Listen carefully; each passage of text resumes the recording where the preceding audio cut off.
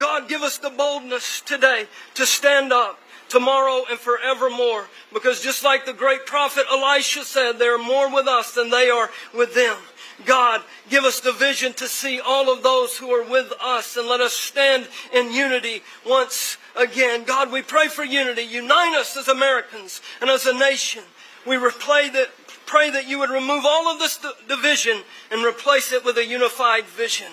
God, because we know united we stand, but divided we fall. God, we pray over our great nation.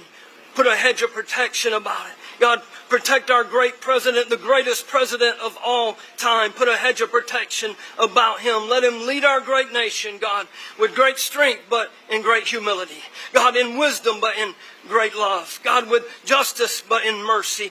Give our president the strength and the courage of 10 men. And God, give him the wisdom of Solomon. Oh God Almighty, we are still a nation under God who trusts in you still, God. Your word says, blessed is the nation whose God is the Lord. And we thank you.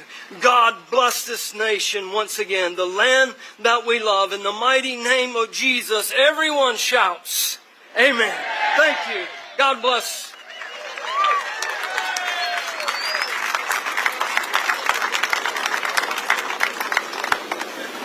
Ladies and gentlemen, please welcome to the stage former National Director of the American Legion, David Rabine, to lead us in the Pledge of Allegiance.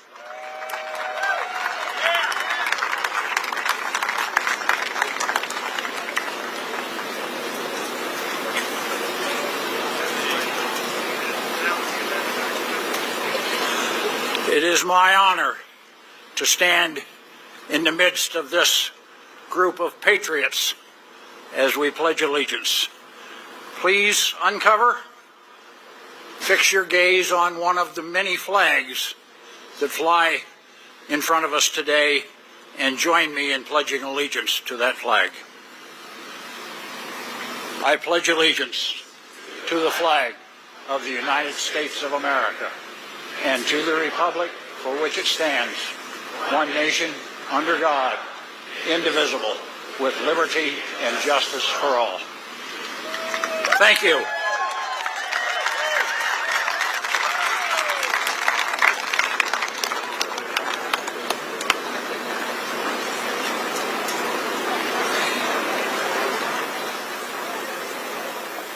Ladies and gentlemen, please welcome to the stage Grammy-nominated recording artist Danny Gokey to sing our national anthem.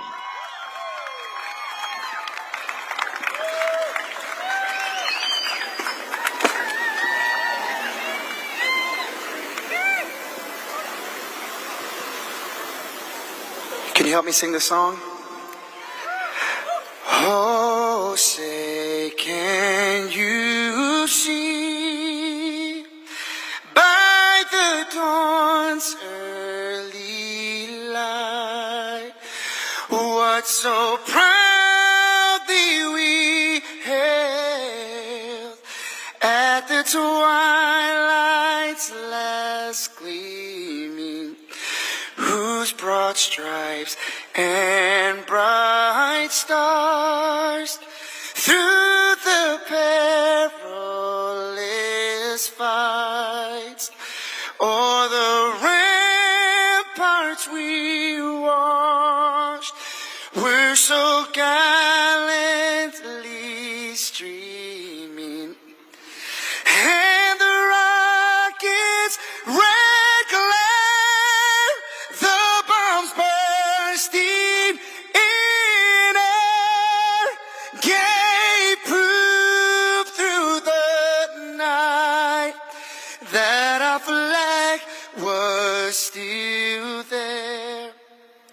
Oh, say does that star-spangled banner yet wave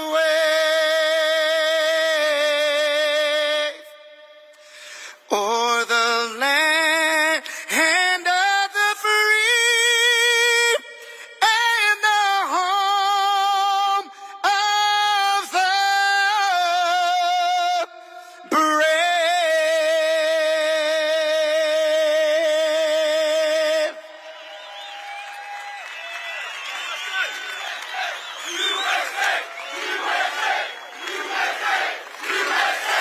USA. So I'm going to sing a song, but I have no audio on my monitors, and so if they want to fix that. But while they're trying to fix that, about 2 years ago, I wrote a song for my country. My wife's family fled communism, and you're going to see the words on the screen.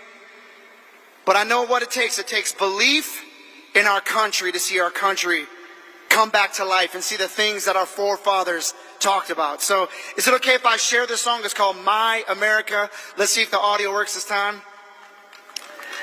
But look at the screens and you can see the words, and hopefully it touches your heart and reminds you how great our country really is.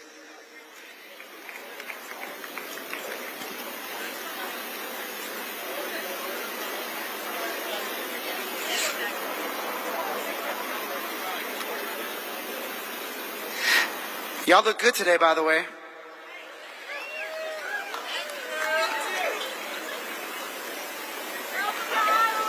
Thank you. I like Iowa. I'm going to tell you. Yes, sir. It's plugged in.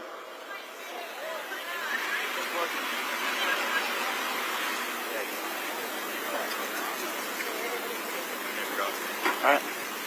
All right, take a look at the screens as I sing this song.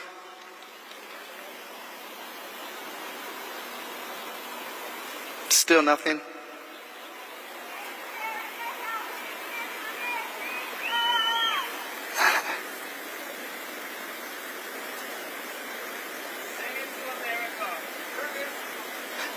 Well, there's supposed to be music with it. Acapella? Oh man, you want me to do it? Well, if we do it acapella, they'll have to start it over, and I can try. I'll have to read the words because I don't have any timing with music.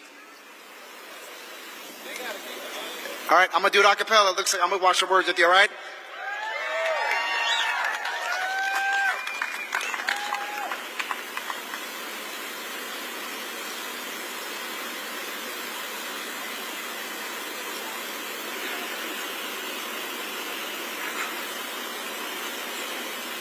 I can tell they're working on it. Give a round of applause to the AV team and as they're trying to work this out.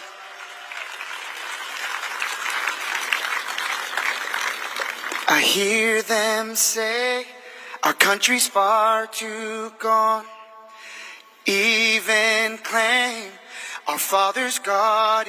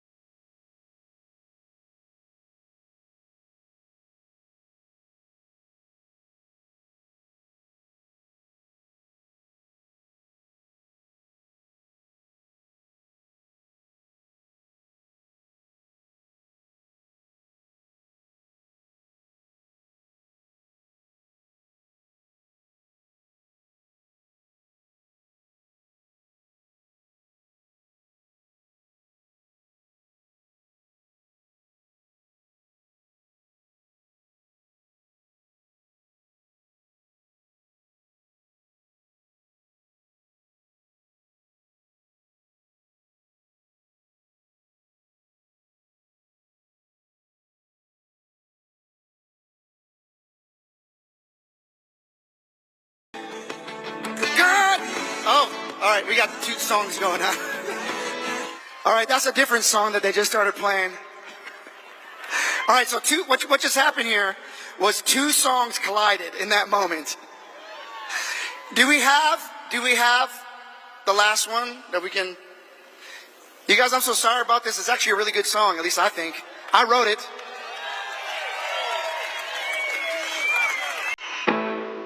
Okay, this is another one. This is another one I wrote. How about this one? I've been staying quiet. I'm not looking for a fix. I don't think nobody, but nobody seems to like that. I wanna leave, I believe. I wanna keep my right to speak for my family, for my bed, to anyone who feels the same.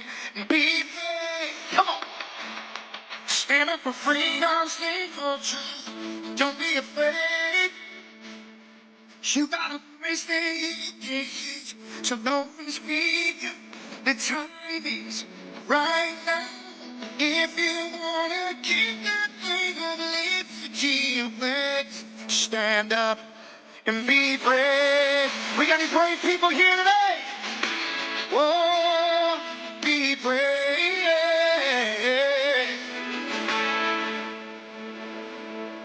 We're the generation that has to make a choice.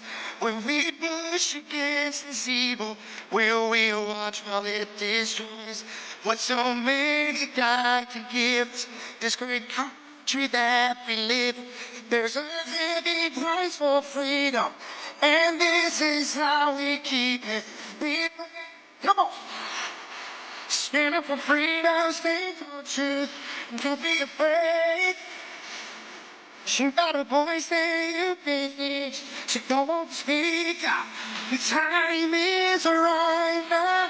If you wanna keep that flame of liberty burning, stand up, be brave. Come on, I will be brave. Oh, be brave.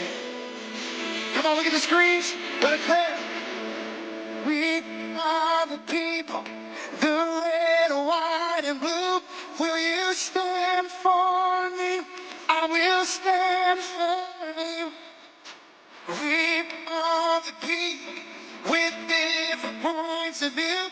Will you stand for me? I will stand for you. And be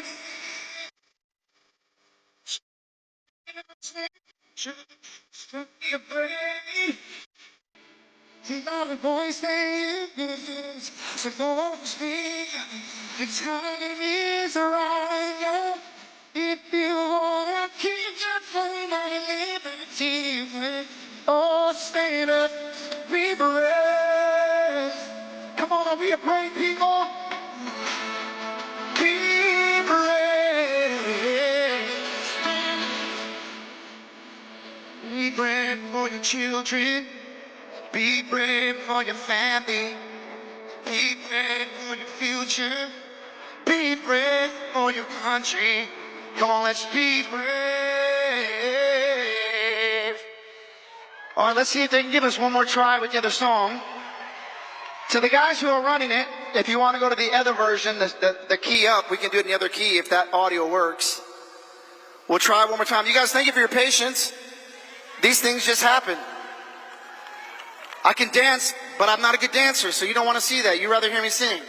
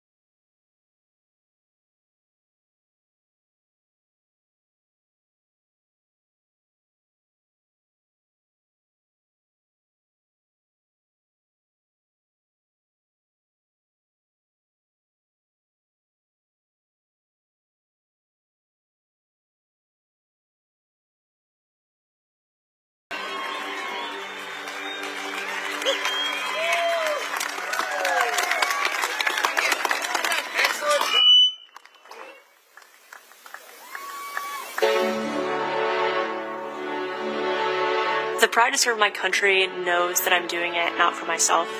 Every day I put on the uniform, I'm not just representing.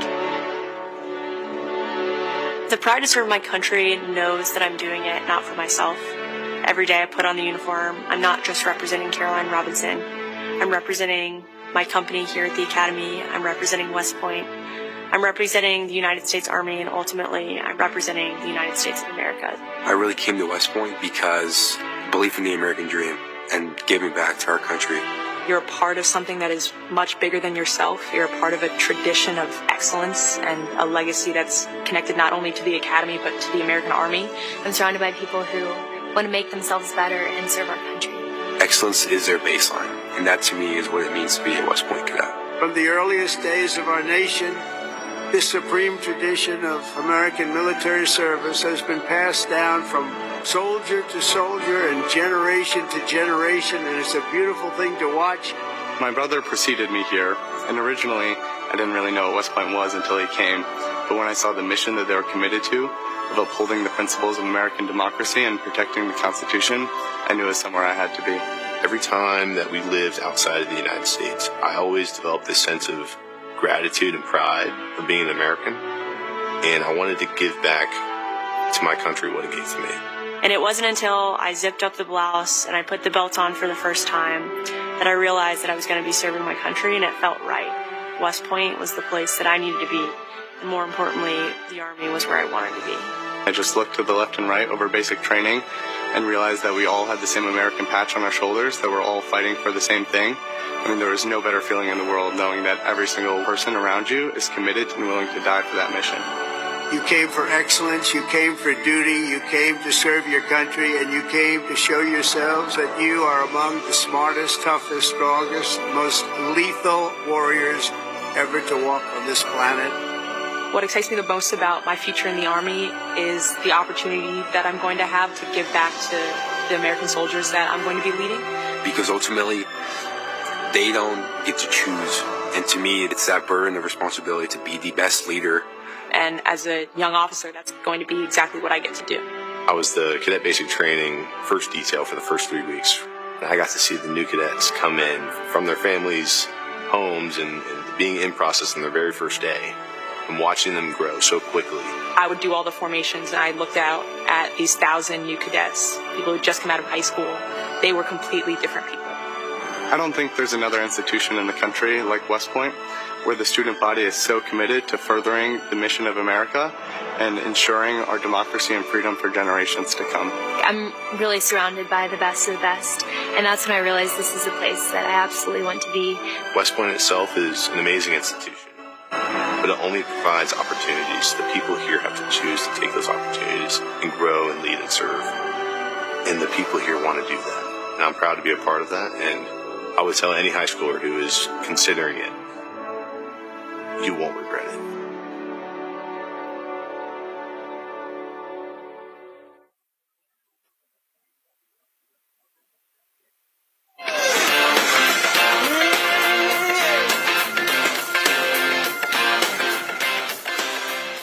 Well, welcome.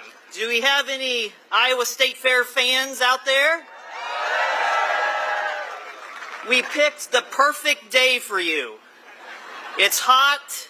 You're on the Midway lot. If you were spinning around, it'd be a great day at the fair. But thank you for being here today, and welcome to the beautiful Iowa State Fairgrounds. I want to thank the great team here at the Iowa State Fair who has been working hard with America 250 to put on this event for you. I'm blessed to work with some of the best staff and board that there are anywhere in the United States. And we also brought some of your favorite fair foods here today as well. So hopefully you grab a corn dog or a cup of cookies or some ice cream today for sure. When our nation was less than 100 years old and the state of Iowa was less than 10 years old, a dedicated group of Iowans decided that we should have a state fair. And in 1854, they did just that, held the very first Iowa State Fair. That very first Iowa State Fair was meant to be a celebration, a place where neighbors could gather, a place where blue ribbons could be won, a place where new technology could be viewed, a place where families could be entertained, and a place where agriculture our state's #1 industry could be honored. And 171 years later, the Iowa State Fair is still here, and we are still celebrating as big as we ever have, despite all of the changes in our world since that first fair. The fair is a platform for all that is good about our state and our nation. It's a place where youth learn, a place where families safely gather, and a place where our state and our great nation is celebrated every single year. But the Iowa State Fair is not unique. In fact, across our great country, there are more than 2,000 state, county, and regional fairs that attract millions of visitors and generate billions of dollars in economic impact. But our fairs are more than economic engines. They are even more than annual events that you go to with your family. They are traditions rooted in community and connection. They are patriotic. They are all about America. Quite frankly, fairs represent the very best of our nation, and I think that's why you're here today. You also want the very best for our nation. We at the Iowa State Fair are so humbled that you are here with us when we realize that an event of this magnitude, the event that is going to kick off a year-long celebration of our nation's 250th birthday, featuring remarks by President Trump, that event could have been held anywhere in the United States. But we are blessed to have the opportunity to host it here, and we thank President Trump for that honor. So, if you're looking for something to do August 7th through the 17th, come back and celebrate Fair Sweet Fair with us. I guarantee it'll probably be about as hot, so you're already prepared for that. We would love to have you visit. And if you're not from Iowa, I know you've got a state fair in your state that you should go visit as well. Thank you again for being here tonight for this once-in-a-lifetime event here at the Iowa State Fairgrounds. Stay safe, stay hydrated, enjoy the evening. What a beautiful night to kick off a really big party, a year-long celebration of our great nation. Thank you very much.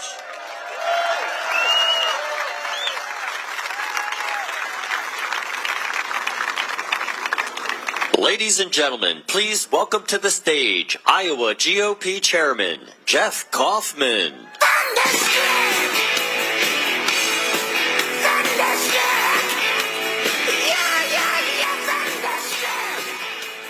I just had a little bit of a news flash for you. I'm usually known to be pretty bombastic and excitable, so I'm going to try to be calm today, but just in case you haven't heard, America's going to celebrate our 250th, and Donald Trump picked Iowa to start it all. He picked us, folks. Through the years, a lot of presidents have said, I'm the president of the heartland. I'm the president of small town and rural America. Guess what? We've got a man that practices exactly what he preaches in the White House, and he's all ours.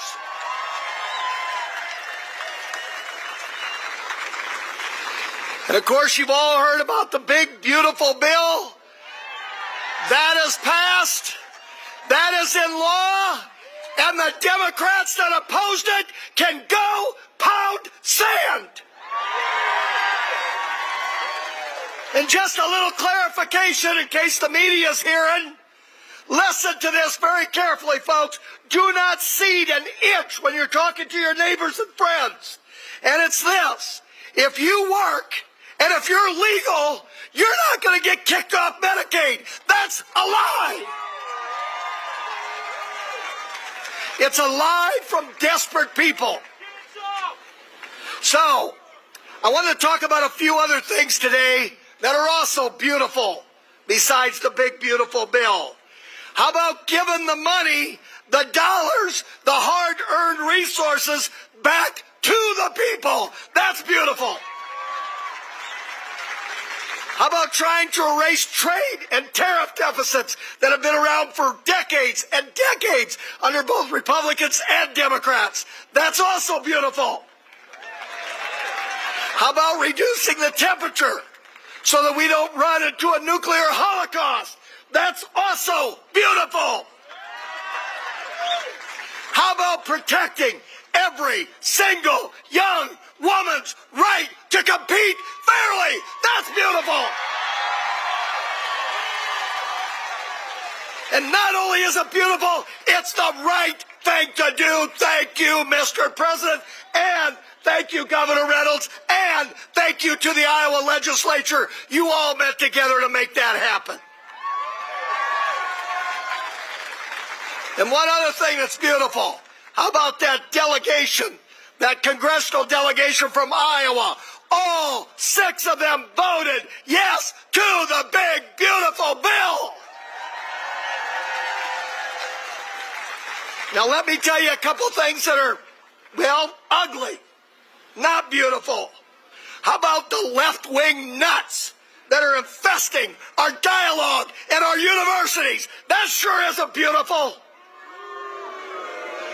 How about the pro-Palestinian rioters that have lost their way and on tax dollars protesting and acting like complete moronic idiots? How about opening up the border like the last 4 years and allowing danger to infest our country? That sure isn't beautiful. And this might be old-fashioned, folks, but let me tell you something else that's ugly, that's not beautiful. Yes, you have a right to do it, but it sure isn't beautiful. When we play the anthem, stand the hell up!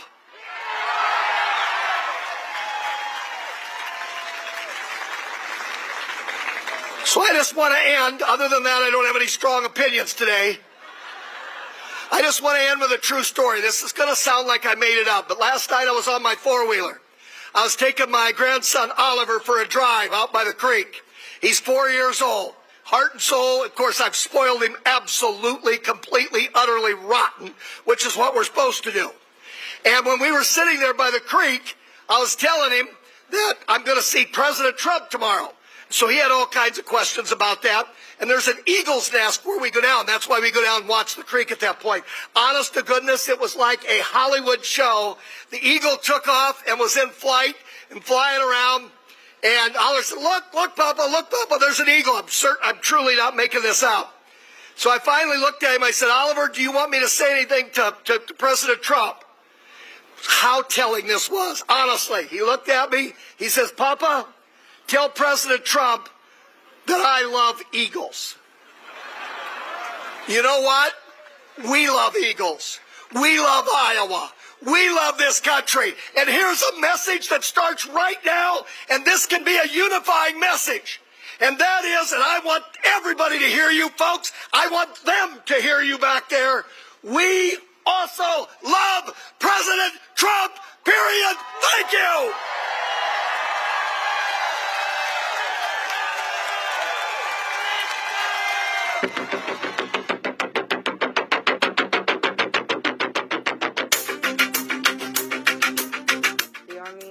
Made me see my potential, and I feel like it's molded me into a better person. I grew up in a very patriotic household. My grandfather, he served in World War II, and his brother, my uncle, served in Vietnam. I can do this. If they can do this, I can do this.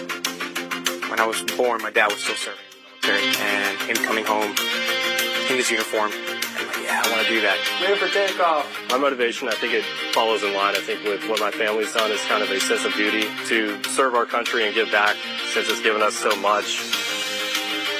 I'm a very, let's say, timid person, but definitely helped me become a more confident person.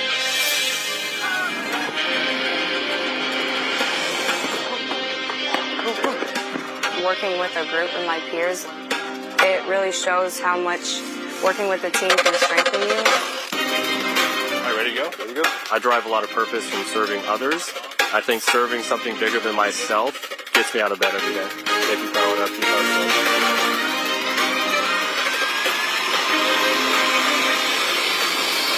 I definitely pushed myself further than I ever thought I could go.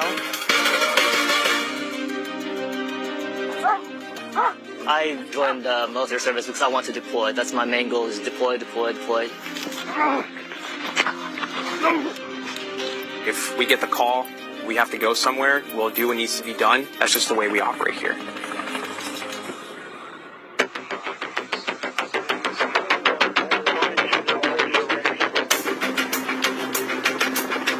This is one of the few jobs in the nation where we all take an oath to say, I'm willing to put my life on the line for you, and they're willing to put their life on the line for me.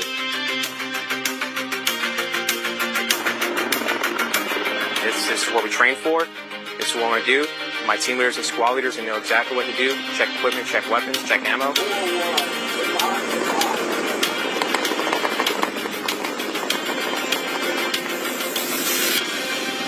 We're always ready to deploy within 18 hours and handle the mission at task.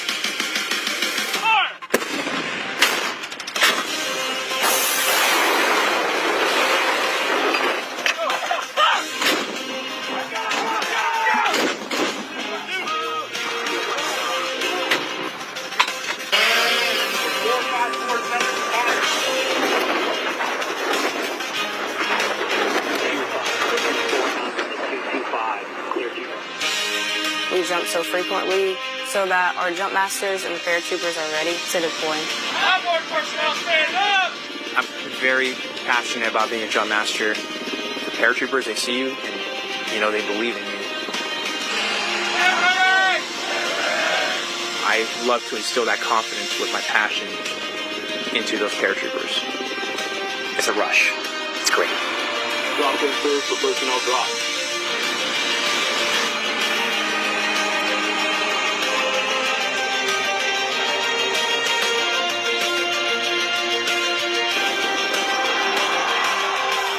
This week we honor 250 years of valor and glory and triumph by the greatest fighting force ever to walk the face of the earth, the United States Army.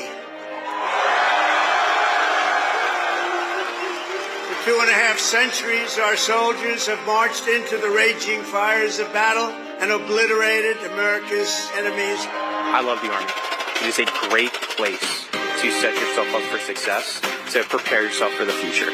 God bless you, God bless our soldiers, and God bless the U.S. Army.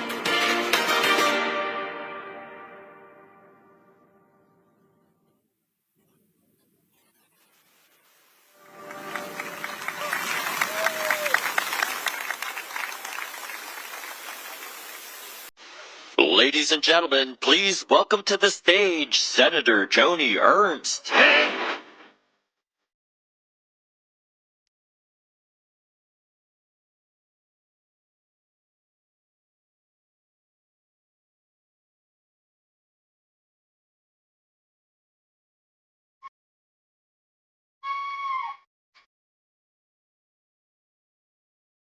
That's right!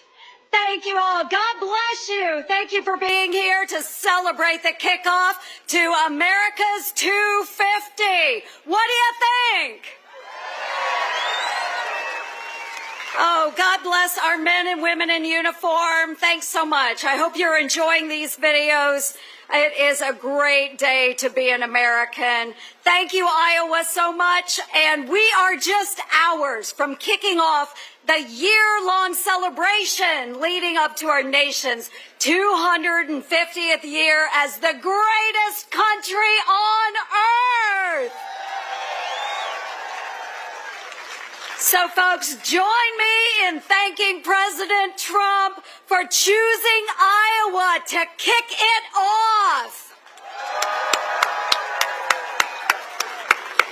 Hey, Iowa has always had President Trump's back because he has always had ours.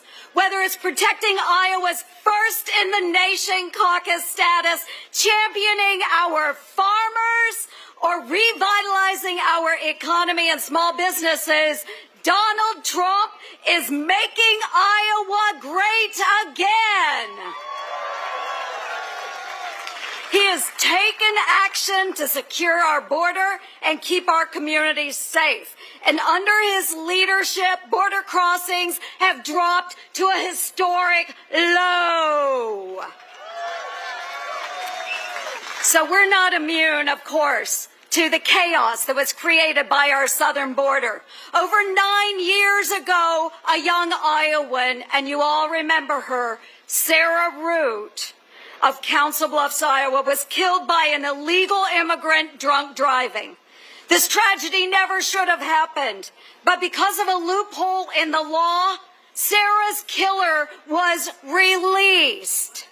He disappeared. He posted bail and he fled the country. He escaped justice, at least for the past 9 years. After the Biden administration removed him from ICE's most wanted list, we needed a White House that would take action on behalf of American citizens. Yeah, who was it? Donald Trump. So after his inauguration as our 47th president, President Trump wasted no time in getting to work.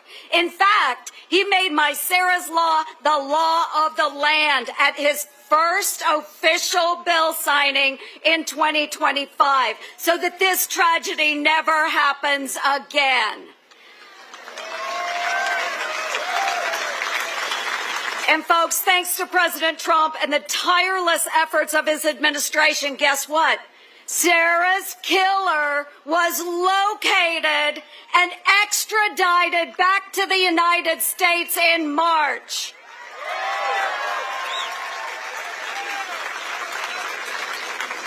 He is now facing justice, something that Sarah's parents never thought that they would have. But we finally have justice for Sarah Root. President Trump does not stop working and delivering for Iowans. Abroad, his strategy of peace through strength is keeping us safe. And here at home, he is getting the government back to work for you and eliminating waste, fraud, and abuse. Right, folks? Make them squeal.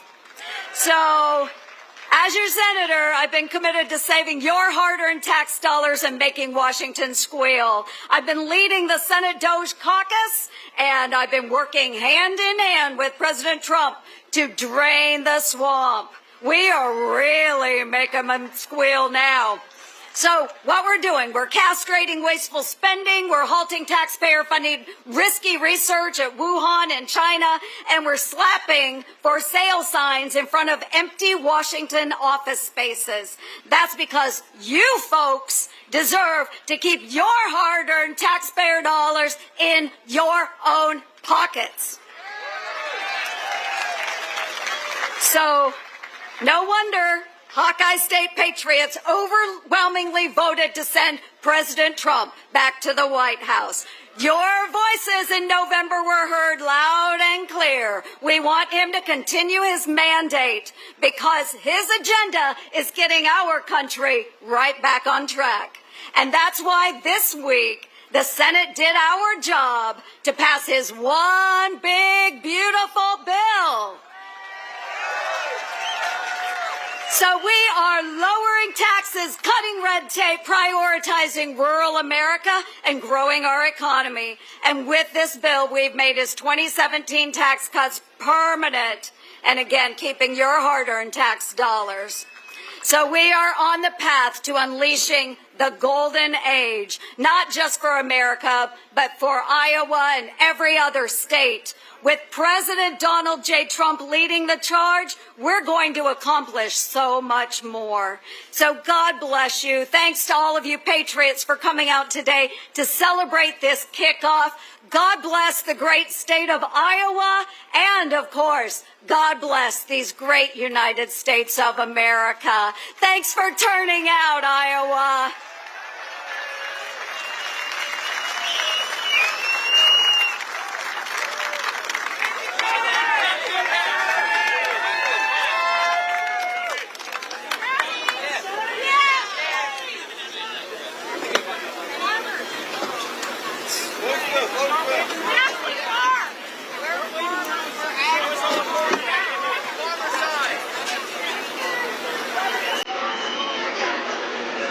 Ladies and gentlemen, please welcome to the stage Senator Chuck Grassley.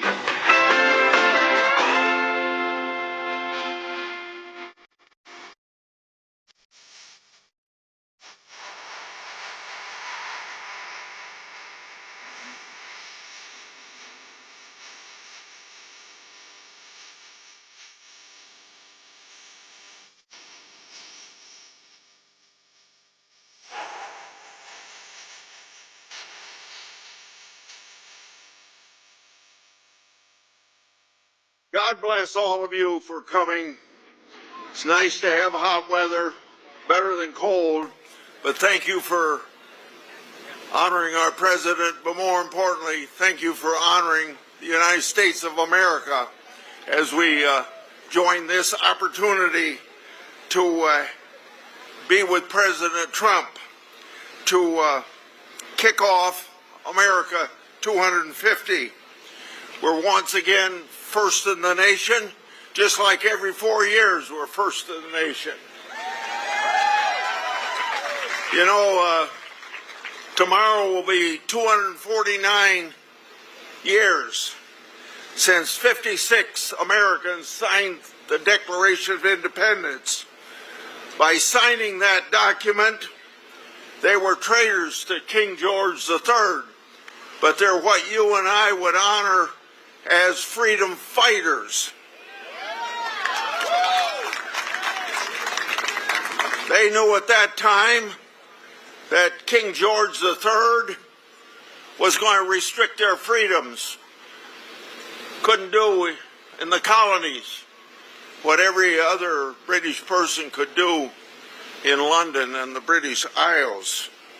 He was restricting their freedoms, and that's why they said in the Declaration of Independence, we're endowed by our Creator with certain unalienable rights, among them life, liberty, and the pursuit of happiness. By saying we're endowed by our Creator, we get our rights and freedoms from God. We don't get them. We don't get them from the government.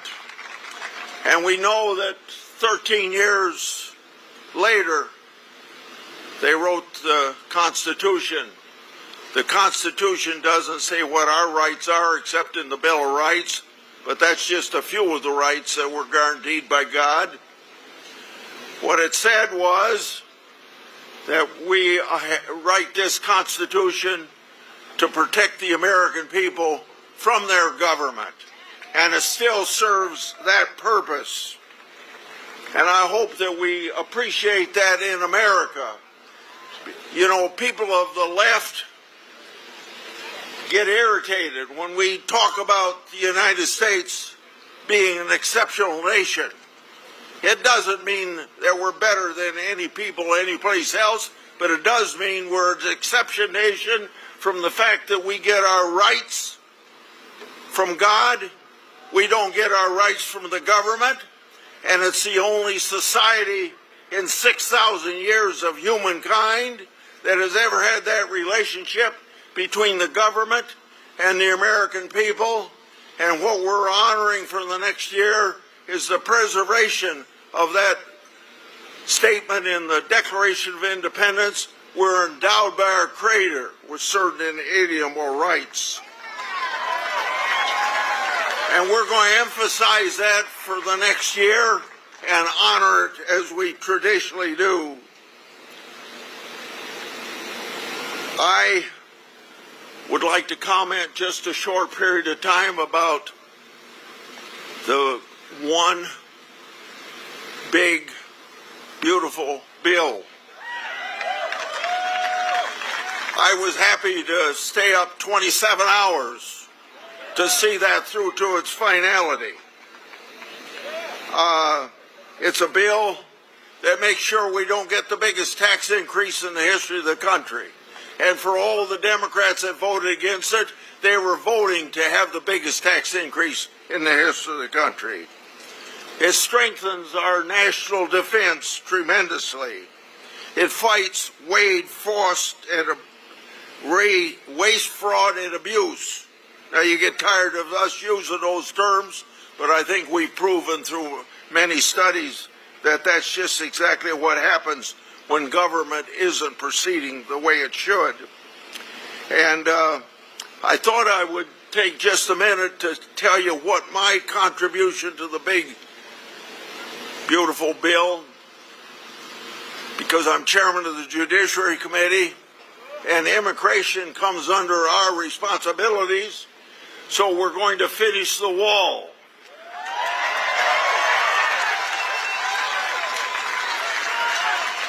we're going to add tremendously to the number of people patrolling that border, but more importantly, the number of people that are going to enforce the immigration laws interior, not just at the border. And then we're going to build tremendous number of detention facilities so we can keep people that have come here on the terrorist watch list, come here with criminal records, come here as human traffickers, sex traffickers, and peddling fentanyl to our young people. We're going to make sure that they aren't walking the street. We're also going to make sure that sanctuary cities are not a haven for those types of people. So if I had to sum up what the Judiciary Committee did that I have the pleasure of chairing, it's going to make America safe again. I leave you with one last point that I don't think gets the attention it should, and it doesn't have to have any attention. But I'm going to make sure, as chairman of this committee, by listening to whistleblowers, getting documents that are been kept from Congress of the United States, I'm going to make sure that everybody is exposed and the documents prove it. For the 8 years that the opposition was trying to put President Trump in prison.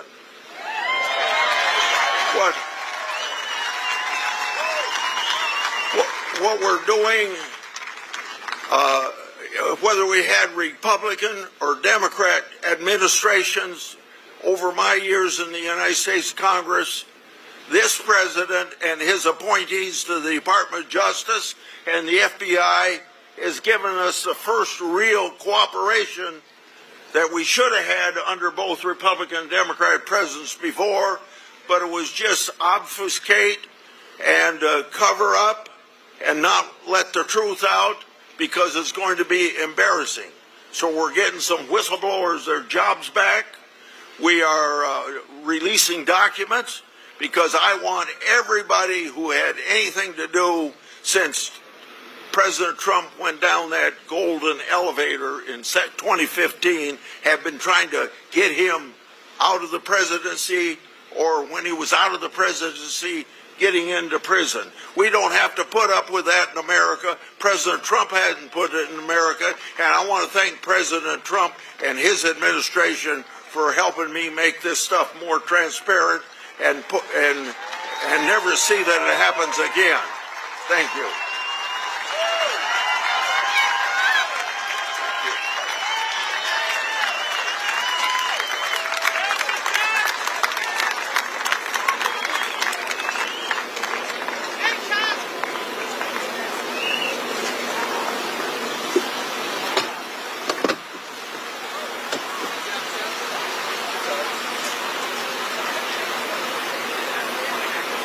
Ladies and gentlemen, please welcome to the stage Iowa Attorney General Brenna Bird.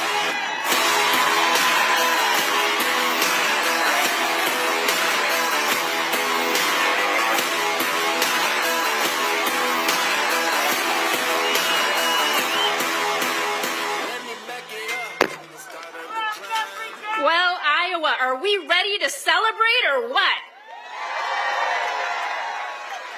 You know, isn't it great that President Trump chose Iowa to celebrate America's big, beautiful birthday? And there is no better place than Iowa to kick off America's 250th birthday celebration than our state fair. Iowa, we have always come through for President Trump, haven't we? And today, it's America's state fair. You know, Iowa as a state did not exist back in 1776 when the Declaration of Independence was signed. It was 170 years later that Iowa was admitted to statehood. And President Trump, he could have picked our nation's capital in Washington, D.C. He could have picked Philadelphia at Independence Hall. Thank you, President Trump, for picking Iowa and bringing our celebration to the heart of the heartland. I'm Brenna Bird, and I'm so glad to get to work for you as your Attorney General, get to uphold our laws and Constitution, work every day to protect Iowans, and as a mom and a prosecutor, I will always protect our children and keep them safe. I stand up for law enforcement, and we all back the blue, don't we?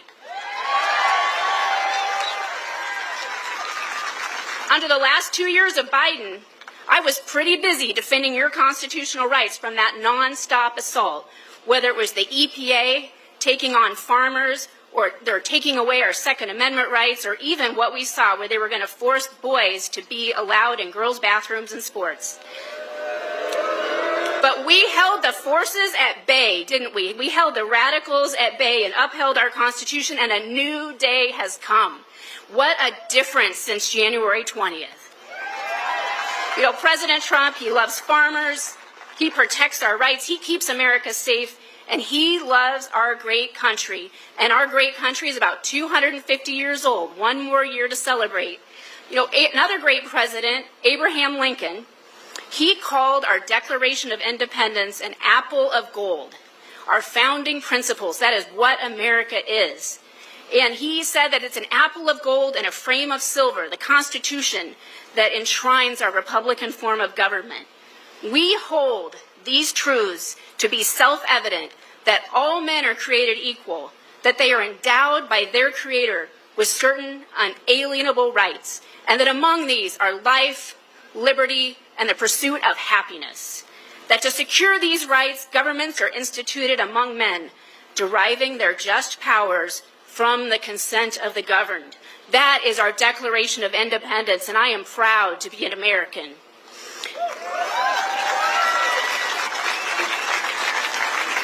I'm also a proud Iowan because we've got a lot to brag about as a state. You know, Iowa sent more soldiers per capita than any other state in the Union to fight in the Civil War. And that was when we were just in our infancy. And I'm proud, too, both as an Iowan and as an American, because in Iowa, we love our veterans, don't we? We love them, we respect them. And I'm glad my favorite veteran is here tonight with us, Bob, my husband, who served in Iraq in the Iraq War in the Army. Combat engineer. Thanks, Bob. And in World War II, I am proud that one of the flag raisers at Iwo Jima was Marine Corporal, then Private First Class, Harold Pye Keller from Brooklyn, Iowa. And here in Iowa, I think we just might be the best thing since sliced bread, because the first bread slicing machine, it was invented right here in Iowa, in Davenport. The computer was invented at Iowa State, and we are proud of our agriculture here, and we want the whole country to know it. I was born and raised on a farm, and I am proud. Iowa farmers feed and fuel the world.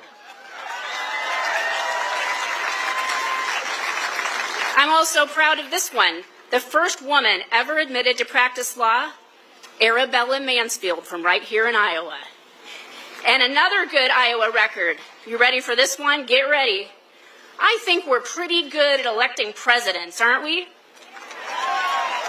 President Trump is a Triple Crown winner of Iowa. Last year, he broke records in our caucuses with a massive win.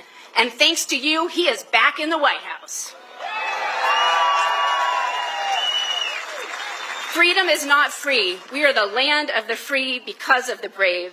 And we are so thankful that we have President Trump, where he has pledged his life, his fortune, and his sacred honor in sacrifice for our country to the principles of freedom, to make America great again. God bless you.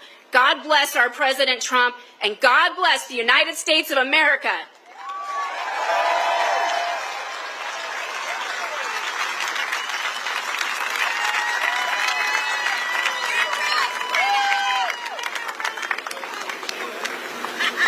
Yeah, baby!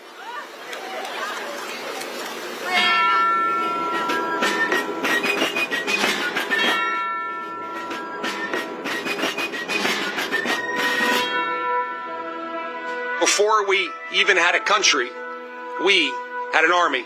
They started as a small, unorganized group of shop owners and farmers, but they fought the most powerful army in the entire world to a standstill in Concord, Lexington, and Bunker Hill. Then our Continental Congress chose George Washington as general of our Continental Army. But it wasn't until 1 year later, on July 4th, 1776, that news arrived of the signing of our Declaration of Independence. Now we had a new army and a new nation. With little gunpowder, no shoes, bloody feet, few cannons, little training, and even less food. Valley Forge started in December. They went into winter camp in December of 1777. Approximately 2,000 Americans died that winter of disease. They lived through hell, but they never ever gave up. Not this army, not this first American army.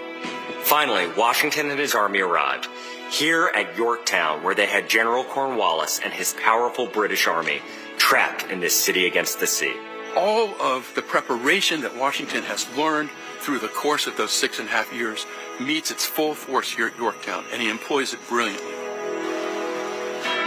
Sailing from the Caribbean, the French Navy arrived and took on the British fleet. Washington decided to make his move. Our men began digging to get closer and closer to the fort, finally getting within rifle and cannon range. Naturally, George Washington chose to set off our first cannon shot. The British had two small forts in front of the main fort. They were called redoubts 9 and 10. Then, on the moonless night of October 14th, the American and French forces attacked the redoubts. The hand-to-hand combat with bayonets, knives, and fists was bloody, to say the least. But within an hour, we were victorious. And as the sun came up the next day, Cornwallis looked out and realized he was in serious trouble. So he prepared an all-out, desperate counterattack. It didn't work, and the British were forced to surrender. We were supposed to lose to the best army and the largest and most professional navy in the world. But our young army had won the war and our freedom. The freedom we hold so dear. And 250 years later, for what started as a ragtag group of shop owners, has now become the most powerful army in the world. Today, many things are very different from that army here at Yorktown. But one thing remains the same. An undying passion, guts, and love for our country remains deep in the heart of today's army. When I look into their faces, you can see it. That will never change. God bless the United States Army, and God bless the United States of America.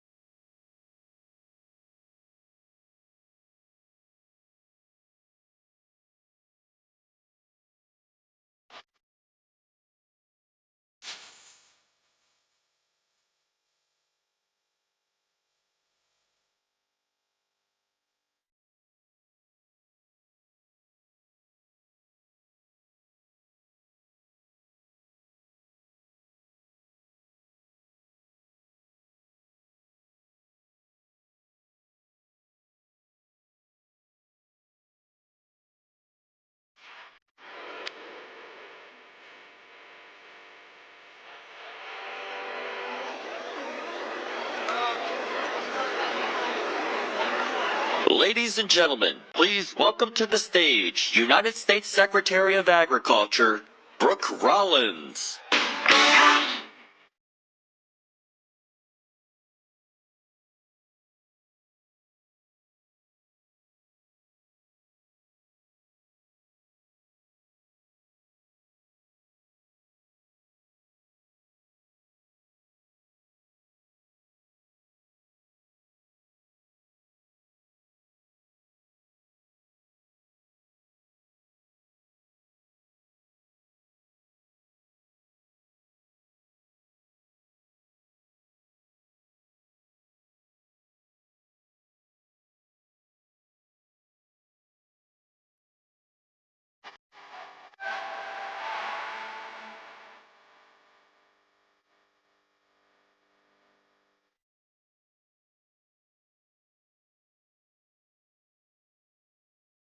Well, hello, Iowa.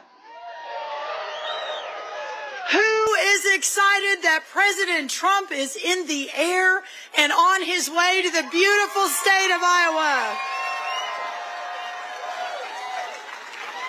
Well, listen, y'all, there is no better place to kick off the new era of American greatness than right here, right now, on the Iowa State Fairgrounds. Let's go! Iowa is the backbone of America, and there is a reason for that. It is the small towns, it is the hearts of the people who live here who power our nation. Iowa feeds America. Iowa, you fuel America. And Iowa will always be the beating heart of America. Our American Revolution was fought for many causes, all under the banner of liberty.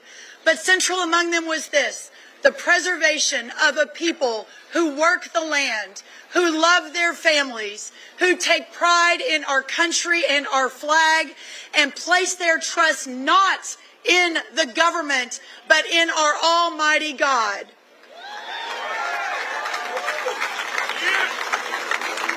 This is the foundation of our greatness, a greatness that is being restored by a leader we love and who loves you, President Donald J. Trump. President Trump never forgets that it is this state, that it is all of you, that it is Iowans who helped send him back to the White House for this, the most historic second term of our lifetimes. And this is why he fought for Iowa farmers in the one big, beautiful bill, which unleashes economic rural prosperity by providing the largest working and middle-class tax cut in history and saving your family farms from the crippling death tax.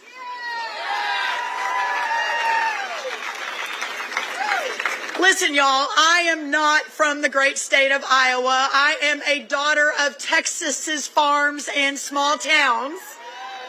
Got a few Texans here.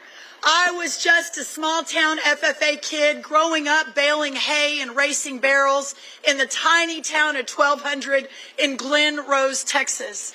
But it is there where I learned the virtues that run deep through America's heartland. And that American way of life of hard work and self-sufficiency, of grit and of grace, of faith and of family is not some creation that came about by accident.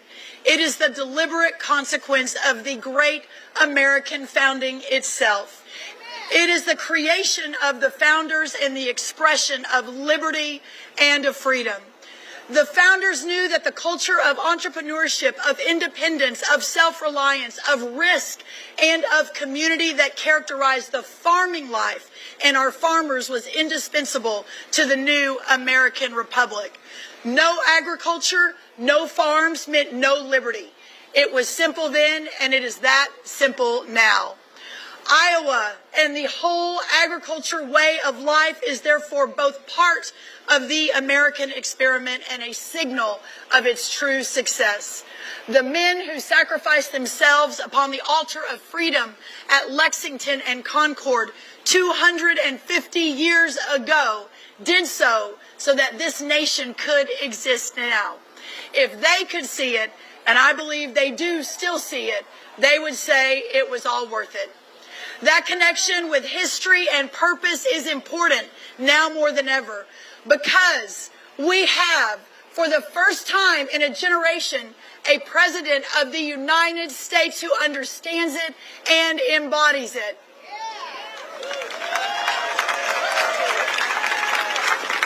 President Donald Trump is American in ways the founders would immediately understand, and in ways that the pioneers who tamed this former wilderness would have instantly recognized. He is American in ways that Iowans absolutely understand, so much that he won the hearts and minds of Iowans and Americans not once, not twice, but 3 times.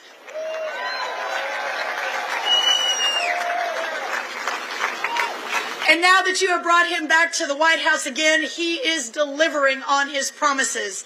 Inflation, the cost of goods, is down. Our border is secure. Our partners across the world are negotiating again for great trade deals for our farmers and our ranchers.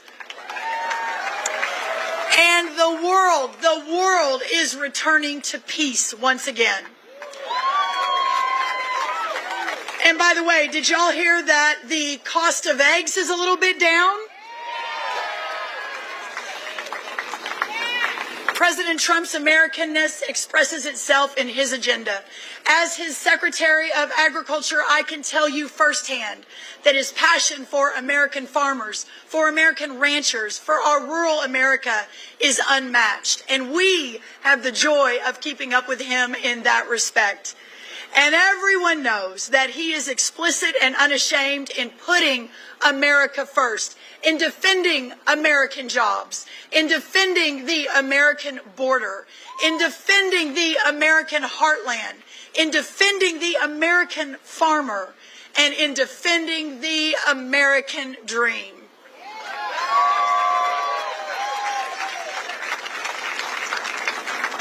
It's been almost exactly 1 year since that fateful day in Butler, Pennsylvania, when the world stood still. It is the most uncommon thing in the world to be shot, and then to rise and to tell the shocked and terrified crowd to fight, to fight, to fight, to fight, to fight, to never give up for this country. But it is also the most American thing. I mentioned Lexington and Concord, and there's something in that record of the American Revolution we commemorate now, today, that we must never forget. Lexington was an American loss. Concord was an American victory. But the battle records soon after were more losses than wins for a very long time. The revolution didn't end because of it, because those Americans knew the important thing was to fight. President Trump knows it too. And when you fight, sometimes you win, sometimes you don't. But if you keep fighting and God is on your side, you always win.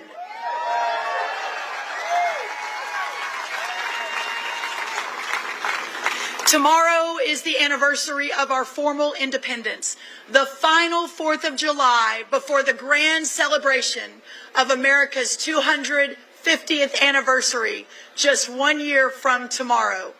It's worth the celebration, but never forget that for independence to be declared, The people themselves had to embrace liberty and had to see themselves as masters of the new continent. John Adams said the revolution was not won on the battlefield alone. It was also won in the hearts and the minds of our people. And it is those hearts and minds to which this president fights and appeals, and which this great state of Iowa and our farmers and our ranchers embody so well. Your lives, your homes, your families, your faith is the true testament to American independence. Independence, after all, is not a one-time act. It must be won again. It must be won again and again, and it must be won again. And every generation proving itself deserving of the heritage that it receives. Y'all, we will have a celebration worthy of the anniversary across this entire next year. We are pulling out all the stops to celebrate 250 years of American greatness, and President Trump's very special announcement that is coming very, very quickly here to you tonight in Iowa will let you know exactly what we're doing. Just this morning, I announced that we will have in August the biggest, most amazing American farmers market in the history of our country in Washington on the National Mall.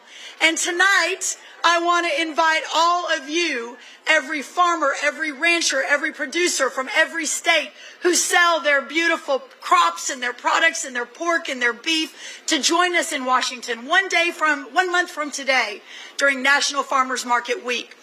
But let me finish with this.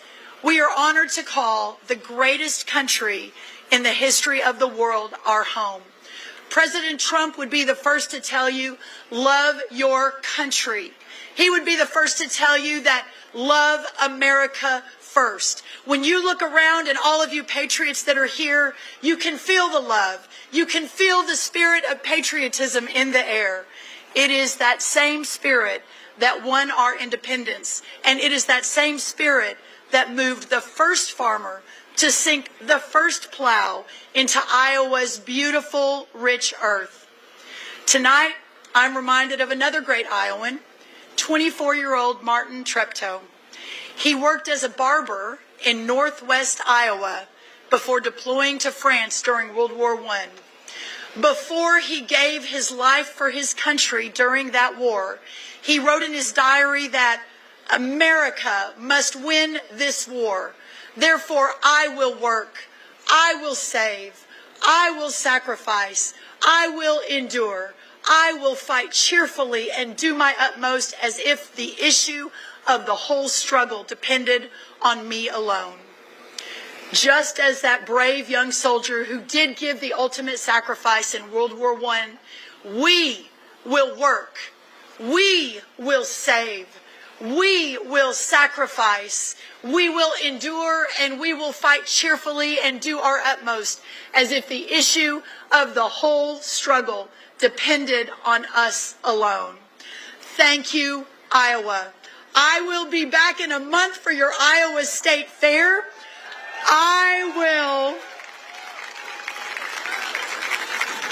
will proudly be showing in your steer show against your Governor Kim Reynolds, your Attorney General, and others. So those of you at the State Fair, come say hello.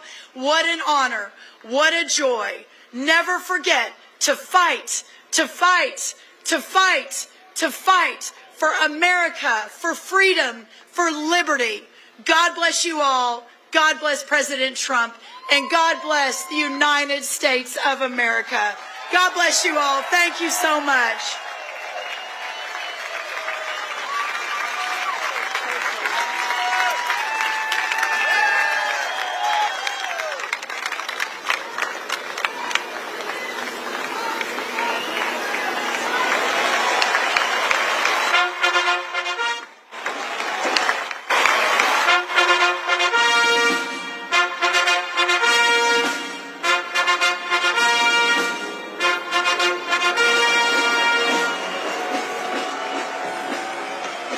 Today we commemorate an event that did not just change American history, but changed the history of the entire world with the creation of America's Army on June 14, 1775.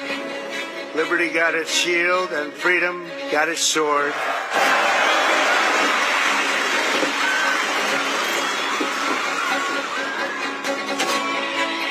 From Bunker Hill to San Juan Hill, from Gettysburg to Guadalcanal, and from the trenches of the Argonne to the mountains of Afghanistan, the Army has forged a legacy of unmatched courage, untold sacrifice, and unequaled glory. Hey!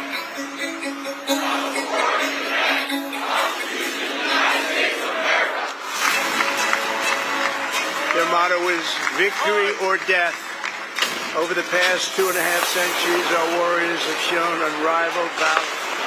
Down through history, we've been blessed beyond words by this valiant legion of Army warriors and patriots, heroes and legends.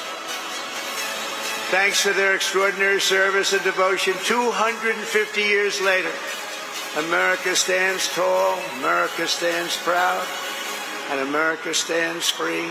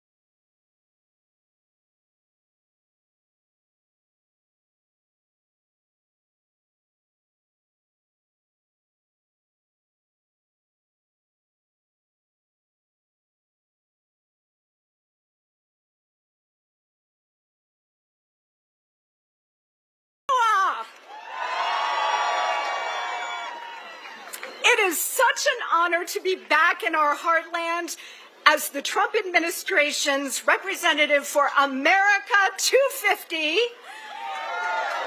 and as America's ambassador. Today we kick off our year-long 250th birthday party for America. This majestic celebration is about our exceptional history and the start of a new era of American greatness.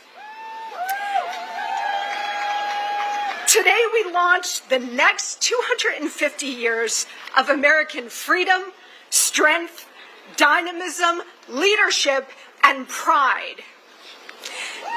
And what an absolute gift it is to have President Trump in the White House during this epic moment in our history. 249 years ago tomorrow, a ragtag band of young patriots came together in a small hall in Philadelphia to approve a document that would change the world forever. The Declaration of Independence was more than an airing of grievances against the crown. It heralded a new nation, announced in defiance of tyranny, built on individual rights and freedom. The Declaration was and remains the most eloquent battle cry of all time. The founders knew that when they put their names to it, they were risking it all. As Benjamin Franklin reportedly said, quote, "We must hang together, or most assuredly, we shall all hang separately." And yet, they did it anyway. That is true courage. And that is true faith in the absolute moral necessity to fight for God's gift of freedom.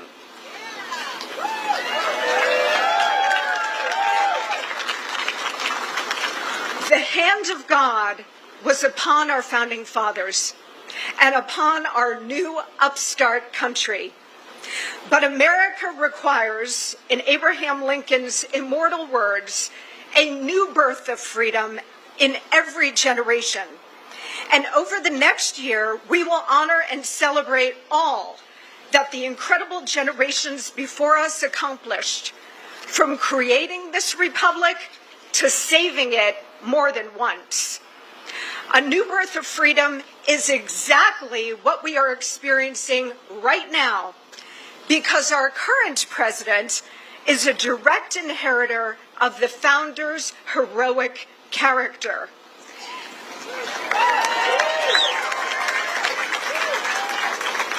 A profoundly brave man, driven by the noble fight for American freedom, guided by the hand of God. From Washington, Adams, Jefferson, and Hamilton to Trump, the through lines of history are clear. President Trump is the heir to those greats who 250 years ago risked their lives, their fortunes, and their sacred honor for America. We are now in a moment in our history when, thanks to President Trump, we are turning the tide again, just as the revolutionary generation did. It is our time to take big risks to save our country. And it is our duty to honor our past generations and their staggering sacrifices, for which we owe them a huge debt of gratitude. We are the natural successors to the Revolutionary War generation, fiercely independent, ruggedly individualist, faithful to God and country, with a white-hot love of liberty and the unique, enduring American spirit. It's been said, and I've studied history, so I know this argument well, it's been said that great civilizations tend not to last more than about 250 years. We have made it to year 249 with our big 250 coming up next year. This is an inflection point for the United States. We really do stand at a crossroads in history. As a nation, we could continue to slide into steady decline, or we could choose a restoration of American vigor, patriotism, and purpose.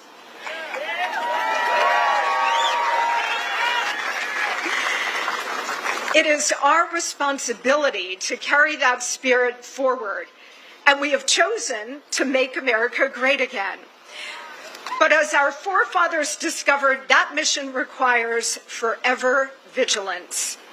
President Trump is rekindling our founder spirit and reclaiming the American Republic for the American people.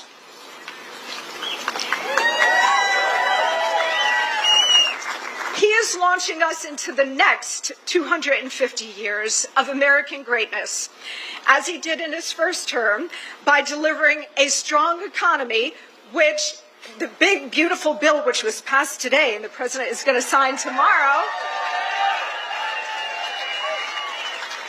that is going to add rocket fuel to an already strong Trump economy. President Trump had to bring the economy back not once but twice. First, after 8 long years of Obama-Biden, and then after the COVID pandemic, when we reopened the country.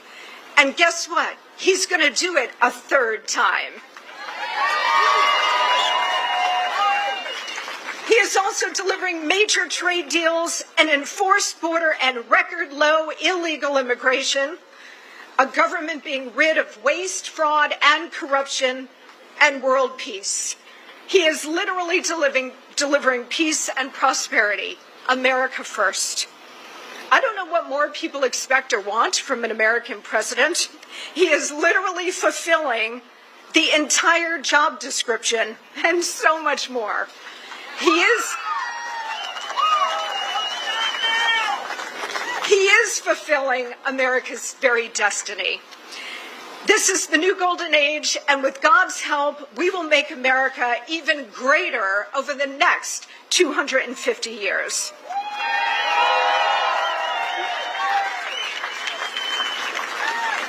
Thanks to the genius cluster known as the Founding Fathers and their unfathomable courage, we will celebrate, starting today, 2.5 centuries of magnificent American exceptionalism. America is a great country, of course. It is also a good country because of the spirit of the American people. One nation truly under God, a beacon of hope, a citadel of liberty, a light in the darkness. This is why we're all here today. This is why we fight. Or to quote a great man, this is why we fight, fight, fight. Thank you so much. God bless you. God bless President Trump, and may God continue to bless the United States of America.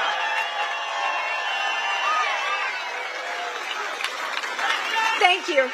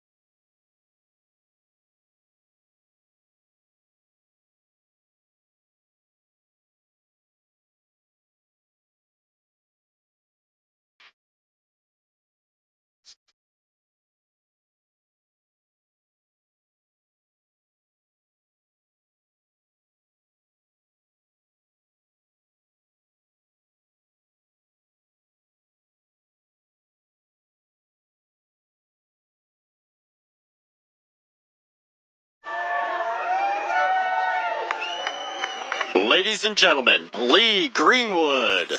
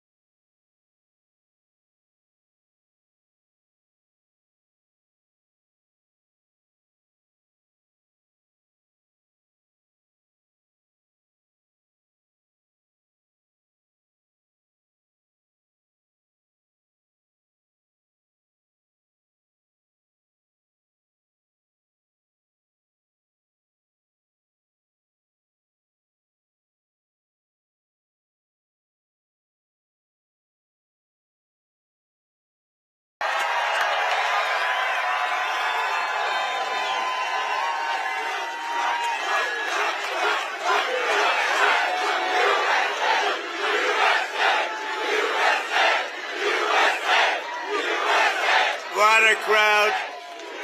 Well, I just want to say a very special hello to Iowa. We have had a good time together. We won so much here, we didn't know what to do. There was so much winning here. But we love Iowa, and we won all 3 times. So that's pretty good. And won by a lot, but I'm thrilled to be back in a state that I love, and I really do love it too, with thousands of proud, hardworking patriots at the world-famous Iowa State Fairgrounds. Thank you. Thank you. 18 months ago, the people of Iowa braved sub-zero temperatures. You remember that night? Oh, that was cold. It was cold, but we were warm inside because we won by a landslide to turn out the first-in-the-nation caucuses, and you delivered 98 out of 99 counties. What the hell county didn't? What's the name of that county? Let's get them out of here. 98 out of 99, that's not bad, Susie, I guess, right? We'll take that. But for President of the United States, Donald J. Trump, thank you very much, everybody.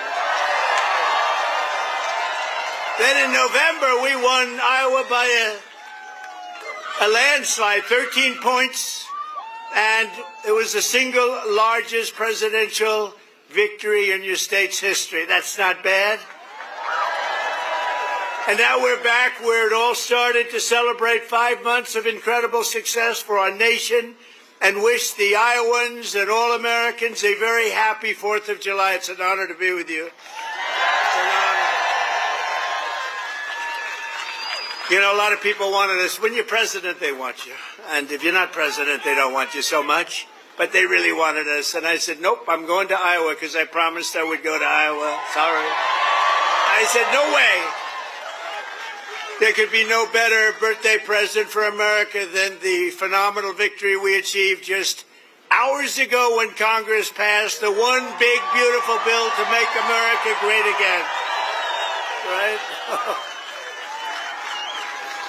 And in the last election, the people gave us a historic mandate to cut taxes, raise take-home pay, bring back jobs, stop the invasion, that horrible invasion.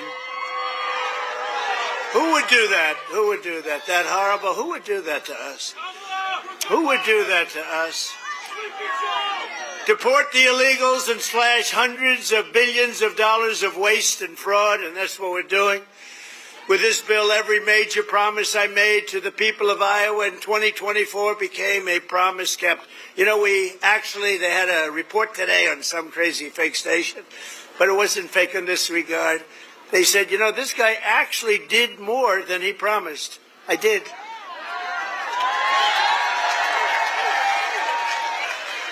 And I have another hat back there. It says, Donald Trump was right about everything. And I said, no. No, that sounds a little too conceited, but it happens to be true, I must tell you.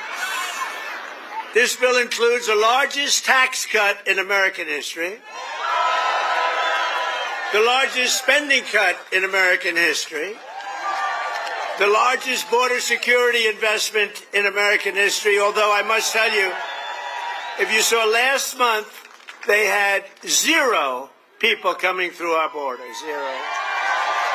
I'm not sure that's even possible. You know, I'll take it, but somebody must have got to. The other character had hundreds of thousands of people every time. Sometimes in a day they'd have over 100,000. We had 0, I don't know, for the month. So it must be a little wrong. Maybe they had 2 or 3 or something, but I'll take the 0. And the group that makes up those stats, you know, they're radical left Democrats, so it's probably true. We did a great job on the border. The largest welfare reforms and military upgrades in modern times. That's what we're doing. We rebuilt our military in 2016. In their first term, we rebuilt it. They gave some of it away to Afghanistan on the most embarrassing day in the history of our country. We remember that? We remember that? We don't have days like that. We have days like we just had in Iran. That's the kind of days we have. Complete obliteration. It turned out that was complete obliteration. Think of these guys flying way up in the air on a dark night, no moon, no nothing, and they hit every single target. It's the size of 1/2 a refrigerator door, a little size, 2 by 2. But this is a declaration of independence from President who shouldn't have been there. You know that. Shouldn't have been there. But we really had independence now over the... If you look at it, the overtaxation, where we were being taxed out of our lives, independence from overregulation. We have independence now from radical left bureaucrats and independence from the largest alien invasion that I think any country has ever seen. We've never had anything like that. These people were fools. They allowed it to happen. You know, we've already cured inflation. Your gas prices are way down. Everything I said is that. But the one thing, it's hard. It's hard. Think of the time we spent on having murderers and gang members and prisoners from all over the world come into our country. We're getting them out fast, but it's a terrible thing what they've done to our country, and I hope you remember it, what they've done to our country, our beautiful country. 11,888 murderers came into our country, and some we've already gotten out, but it's terrible. Many of them, more than 50%, murdered more than one person. Can you believe it? And they let them come into our beautiful country. Just as I promised, we're making the Trump tax cuts permanent and delivering no tax on tips, no tax on overtime, and no tax on Social Security for our great seniors, right? Front row Joe. We got a lot of front row Joes here. That's very nice. Thank you. Thank you. And we have Mr. Wall. Someday I'm buying that suit, I'm telling you. I like that suit. I'll walk up one day, I'll be dressed like a Wall, just like you. I think he's come to about 200 rallies, and that means you like us. And I think he's a very successful guy, too, believe it or not. He's a top accountant. Can you believe this? And he comes to rallies, he likes the rallies. Front row Joes, they're all successful. But this is what they do for entertainment. But now it's not entertainment. We've saved our country. We've got the hottest country anywhere in the world, as said by many, many leaders of other countries. And we will ignite trillions of dollars in economic growth, increase take-home pay for the typical family by more than $10,000 a year. And very importantly for Iowa, this bill rescues over 2 million family farms from the so-called estate tax or the death tax. In other words, before Trump, you were losing farms to the banks. Before Trump, you were losing the farms like nobody's ever seen before. You love your children. You don't feel so well. You pass away. You leave everything to your children, and they have to pay a big estate tax or a death tax, as we call it. And they couldn't do it. They go out and borrow money, and all of a sudden the bank is foreclosing on the farm. Not going to happen. You have no more estate tax. You have no more death tax to pay. Now, that's if you love your children. If you don't love your children, it doesn't matter. Just forget about what I said. It's not going to help you. But if you love them, or if you love somebody that you're leaving it to, think of that. No death tax, no estate tax, no going to the banks and borrowing from, in some cases, a fine banker, and in some cases, Shylocks and bad people. But they took away a lot of family. They destroyed a lot of families. But we did the opposite. So just remember, to me, it's so important, and it was mostly important for places like we're at right now. It's really, I'm so proud of it. At the same time, this bill cuts $1.5 trillion in spending. So wasteful spending is being cut by $1.5 trillion. And I got to tell you, I want to thank Republican congressmen and women, because what they did is incredible last night. And the Senate, the Republican Senate, we got, not with all of the things we did with the tax cuts and rebuilding our military, not one Democrat voted for us. And I think we use it in the campaign that's coming up, the midterms, because we got to beat them. But all of the things that we've given, and they wouldn't vote only because they hate Trump. But I hate them too, you know that? So it's sort of, I really do, I hate them. I cannot stand them because I really believe they hate our country. You want to know the truth? But it kicks illegal aliens off of Medicaid and food stamps and allows us to hire 3,000 new Border Patrol agents and 10,000 new ICE agents, and they are great patriots, the Border Patrol and ICE, to carry out the largest deportation operation in the history of our country.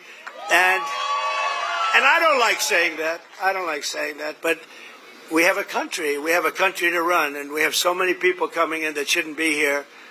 And they did. They came in from prisons, and they came in from drugs and gangs and drug lords, the worst in the world. They came in from mental institutions. They emptied mental institutions into our wonderful country. And I know exactly what's going on in Iowa. You had some horrible crime in Iowa caused by illegal aliens, but we're getting them the hell out of here. We have no choice. And our great, big, beautiful bill, it will build the Golden Dome Missile Defense Shield. We're going to have the best shield. And you saw that just the other day, where the missiles are being shot down one after another. You know, they called me to tell me they have to take a shot at us. This was Iran, very respectful. That means they respect us. Because we dropped 14 bombs, they said, we'd like to take 14 shots at you. I said, go ahead, I understand. They said, where they'd do it, I said, good. We emptied out the fort. It was a beautiful military base in Qatar who treated us really fantastically well. And they said, sir, 1 o'clock, okay? I said, it was fine. We could make it later. We had nobody but 4 gunners. We had 4, they call them gunners, and they shoot the Patriots, they shoot the missiles up. It's hard to believe. So all of a sudden they said, we're ready. And they were a little nervous about doing it, I want to tell you. Can you imagine? They were nice enough. This is Iran, to call me and tell me that they would like to shoot me at 14 times. So they want to shoot us, and I said, go ahead. And they shot 14 high-grade, very fast missiles. Every single one of them was shot down routinely by these 4 unbelievable gunmen. And they did their job, and that was the end of that. But the big thing was the attack on their nuclear facilities, what those people did. And you know, they're going to be in Washington tomorrow at the White House. We're going to be celebrating. We took not only the pilots, but the people that flew the other planes, but also the mechanics that had these planes going for 37 hours without a stop. You know, we had it was so far away, we had 52 tankers. Think of that, 52, that's loaded up with oil. I wouldn't want to fly one of those suckers over random. I say, what happens if they're shot at? Well, sir, that's a tough situation.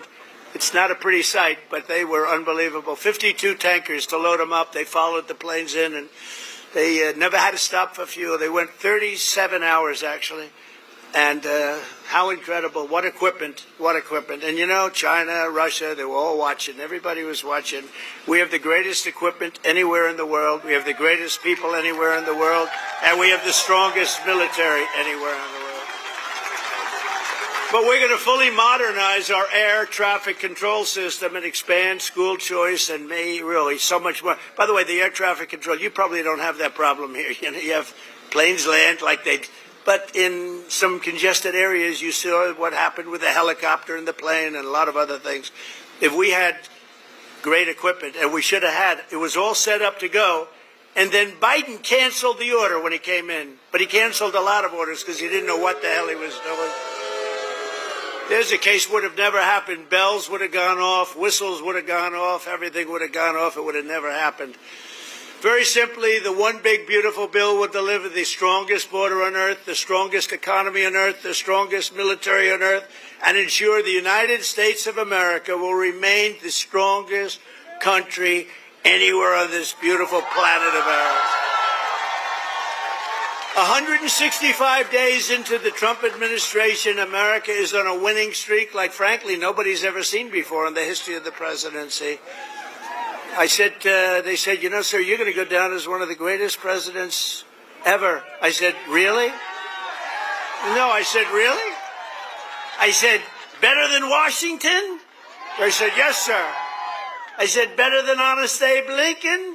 They said, yes, sir. I said, I like this guy that said that. That's a smart guy. He's up for a big promotion right now. But just a few months ago, our country was cold as ice.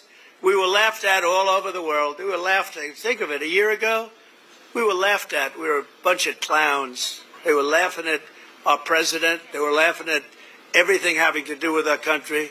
I was in Saudi Arabia. I was in Qatar. I was in UAE. Great leaders, strong, powerful, very rich leaders too, by the way. But great leaders, very smart people. And they said to me, the king of Saudi Arabia, but the three said the same thing essentially. They said, you know, a year ago, we thought your country was finished. We thought it was dead. Dead. Horrible word. Dead. And they were right. The country was close to death. And he said, and you know what? You've been in there. At that time, it was 4.5 months. It was a couple of months ago. He said, right now, you're in the hottest country anywhere in the world. There's no country in the world. You talked about all over the world. You got the hottest, smartest, sharpest country. And by the way, look at our stock market. We're taking in hundreds of billions of dollars on tariffs with no inflation. And today we just set another record, the highest stock market in history. No inflation. And one of the great economists from the Wharton School of Finance, where I happened to go, he apologized. He says, you know, I think Trump outsmarted us all. And yesterday was the poll, and out of 77 economists, I came in second. I want to find the guy that came in first. Somebody came in first. Can you believe it? But we said what was going to happen, and it's happening. And I'll tell you what, we had the greatest economy in the history of my first term. This is going to blow it away. You watch. This is going to blow it away. For the first time in years, this 4th of July, the economy is roaring, incomes are soaring, wages are up, prices are down. Gasoline. You see what's going on with gasoline? It's way down. See what's going on with eggs? Eggs are way down, eggs. Remember I came in my first week, the fake news, those guys right there, look at all of them. Wow, that's a... Wow. No, a lot of fake. No, but we like them. It just shows you, when you can get every story, 100% of the stories, no matter what you do that's good, they make it as bad as possible. And then you win in a landslide. There's something wrong. But the fake news hit me with eggs. Remember, the first week, 4 days. Eggs are through the roof. I said, I just got here. What's going on with eggs? Tell me. I didn't hear about it. They're up 5 times higher than they should be. They were going through the roof. But they were blaming me. I said, I just got here. And within 2 months, our great Secretary of Agriculture, who I think is with us tonight, Brooke, where's Brooke? Oh, look at you. Look, she is here. She flew all the way she comes from Texas, but I think she likes Iowa maybe even better. Look at her. You did a good job with groceries and with eggs. I will tell you, it's true. They said, we have them this time, finally. It took an egg to get me, but that didn't happen either. Now they're down to a normal price, and people are ordering like crazy. But inflation is dead. 401ks and retirement accounts just hit an all-time record high. Did I hear what I think I heard? But we've achieved the lowest level of illegal border crossings in U.S. history, 0 illegals. Think of it, we had 0. And as I said, and I'll say it again, I love it because I have never seen any country suffer. No country has ever. There's never, don't worry, it's only fireworks, I hope. Famous last words. My famous last words, Trump said, don't worry, it's only fireworks. Yeah, you always have to think positive. I didn't like that sound either. You know? But last month, American-born workers gained 830,000 new jobs, a record. That's American-born. While the illegal aliens lost 340,000. And we don't want bad for them, but look, we have a country to run, and we want to have them come in, and we want to have them help our farmers. You know, you probably saw I got myself into a little trouble because I said, I don't want to take people away from the farmers. And we're going to do something I think that's going to be good because we want all the criminals out. Everybody agrees that we're finding the criminals, the murderers, the drug dealers. We're getting them the hell out of here. But the farmers, some of the farmers, many of you sitting right here, I have 4 friends right in the 5th row. But some of the farmers, you know, they've had people working for them for years. And we're going to do something. We're working with Christie. And we're going to do something that we're going to sort of put the farmers in charge. And if a farmer's been with one of these people that work so hard, they bend over all day. We don't have too many people can do that, but they work very hard and they know them very well. And some of the farmers are literally, you know, they cry when they see this happen. If a farmer's willing to vouch for these people, in some way, Christy, I think we're going to have to just say that's going to be good, right? You know, we're going to be good with it because we don't want to do it where we take all of the workers off the farms. We want the farms to do great like they're doing right now. So Christy Noem has done a fantastic job, and Tom Homan. And we're working on legislation right now. Susie, right? We're working on legislation right now where farmers, look, they know better. They work with them for years. You had cases where, not here, but just even over the years, where people have worked for a farm on a farm for 14, 15 years, and they get thrown out pretty viciously, and we can't do it. We got to work with the farmers and people that have hotels and leisure properties too.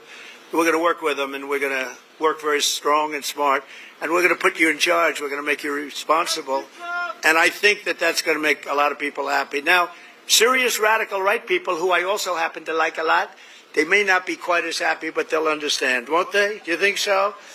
Madam Secretary, look at you with a white hat on. Do you think they'll understand that? You're the one that brought this whole situation up.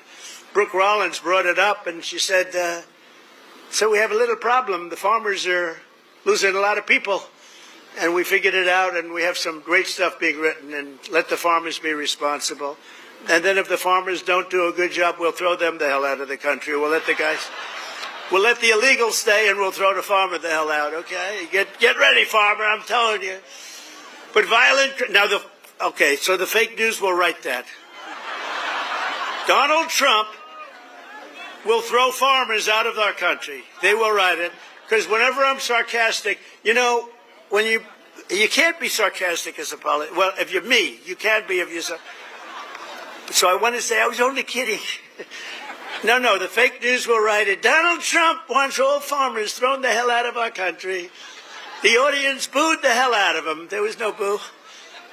No, they're fake news. That's why nobody watches them anymore. Violent crime is plummeting, and we're on track to reach the lowest murder rate ever recorded by the end of this year. It looks like we're doing way good. And that's knowing that we have a lot of people in the country that we didn't have in the country 4 or 5 years ago. I mean, we have a lot of people that they allowed into the country that are serious criminals. A lot of them are on their way out, however. Iran's nuclear enrichment has been obliterated. Remember when CNN said, it wasn't obliterated. It was maybe damaged or damaged badly, but obliterated is too strong a word. No, it was obliterated. That's now been proven. The Atomic Energy Commissions, everything that's been obliterated. And they were trying to demean me by saying that, but they were really demeaning those great pilots and people and mechanics that got those planes over there and were able to shoot from high up in the air going very, very fast with potentially a lot of things being shot at them and hit every single one. They're trying to demean me, but to me they were demeaning them. And they got out of the plane and they said, what the hell? We hit every single target. They know better than anybody. But now that's been proven. It's CNN fake news and scammers that work for them. Scam writers that work for them.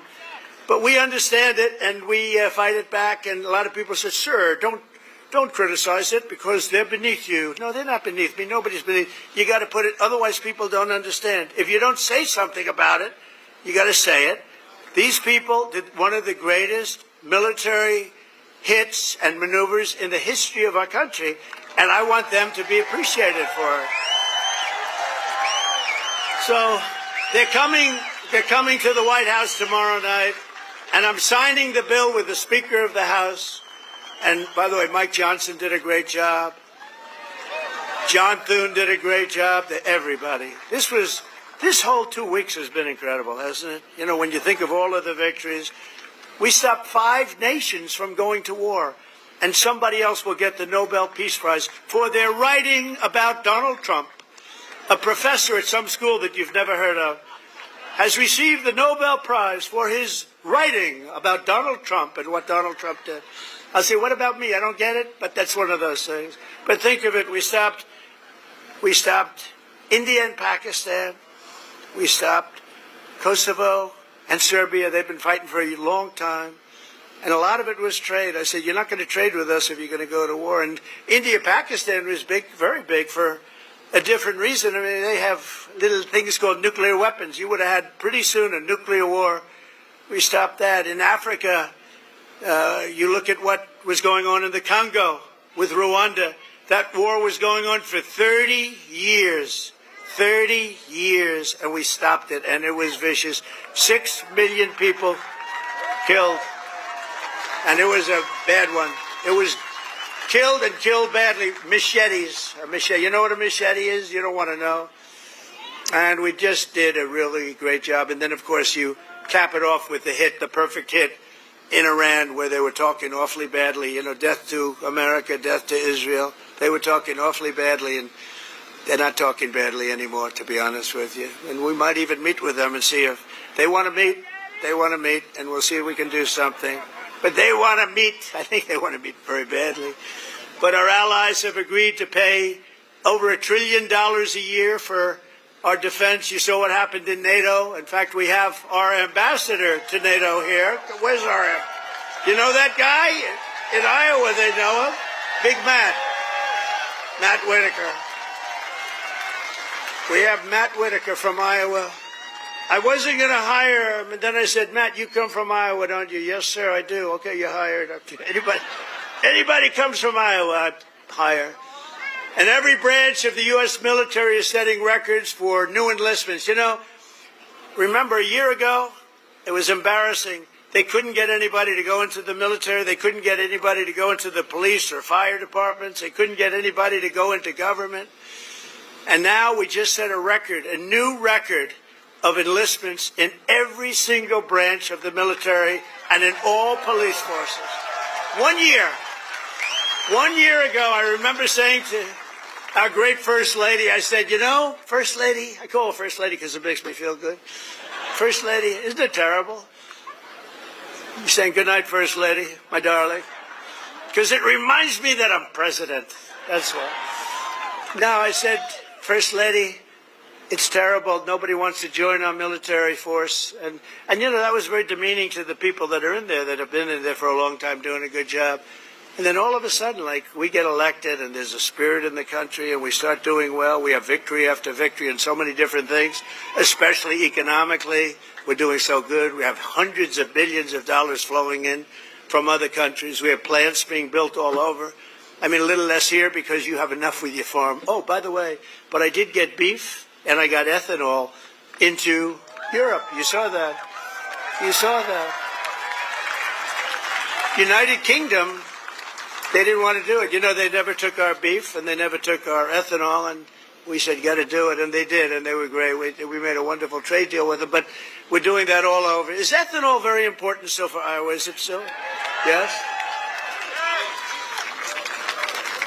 Anyway, so they're taking it in the United Kingdom, and beef, they never took it because they want to do their own. You know, they have a lot of farms and a lot of farmers, and they want to do their own, but they took it, and it's going to be great. You're going to do, I'll tell you what, the farmers here are going to do incredibly. Plus, we have tariffs on a lot of this stuff that was coming in and absolutely killing you, where they have different forms of vegetation coming in at prices that were very, very bad for you. And a lot of it comes in because they want to put you out of business, and then they want to raise the prices. And we're not letting that happen to the farmers and to Iowa, to Nebraska and Wisconsin and all these other places that have been so great. And in breaking news just yesterday, we reached a historic trade agreement with Vietnam to open their markets to American exports with zero tariffs. They get zero tariffs. And you're going to be giving them vast amounts of farm product, including beef, pork, poultry, dairy, and pure Iowa ethanol. You're going to be given all of those products. And the fact is, I could go on, but the fact is really strong, and it's stronger than it's ever been, and stronger than I've ever seen. The golden age of America is upon us. This is a golden age. This is such a beautiful term, the golden age. And I couldn't have even said it in my first term. I'm telling you, this is going to blow the first term away, and we did great. We got great marks in the first term, and this is going to blow it away. This incredible national resurgence is happening just in time for one of the biggest events in the history of our country. Exactly 1 year from tomorrow, we will celebrate the 250th anniversary of America's founding with a birthday party, the likes of which you have never seen before. 2 years ago, I came to Iowa and promised that the festivities would begin right here at the Iowa State Fairgrounds. And tonight, here I am. Okay? Promise is kept. Promise is kept. It's an honor, too. It's an honor because you've been with me from the beginning. Thank you.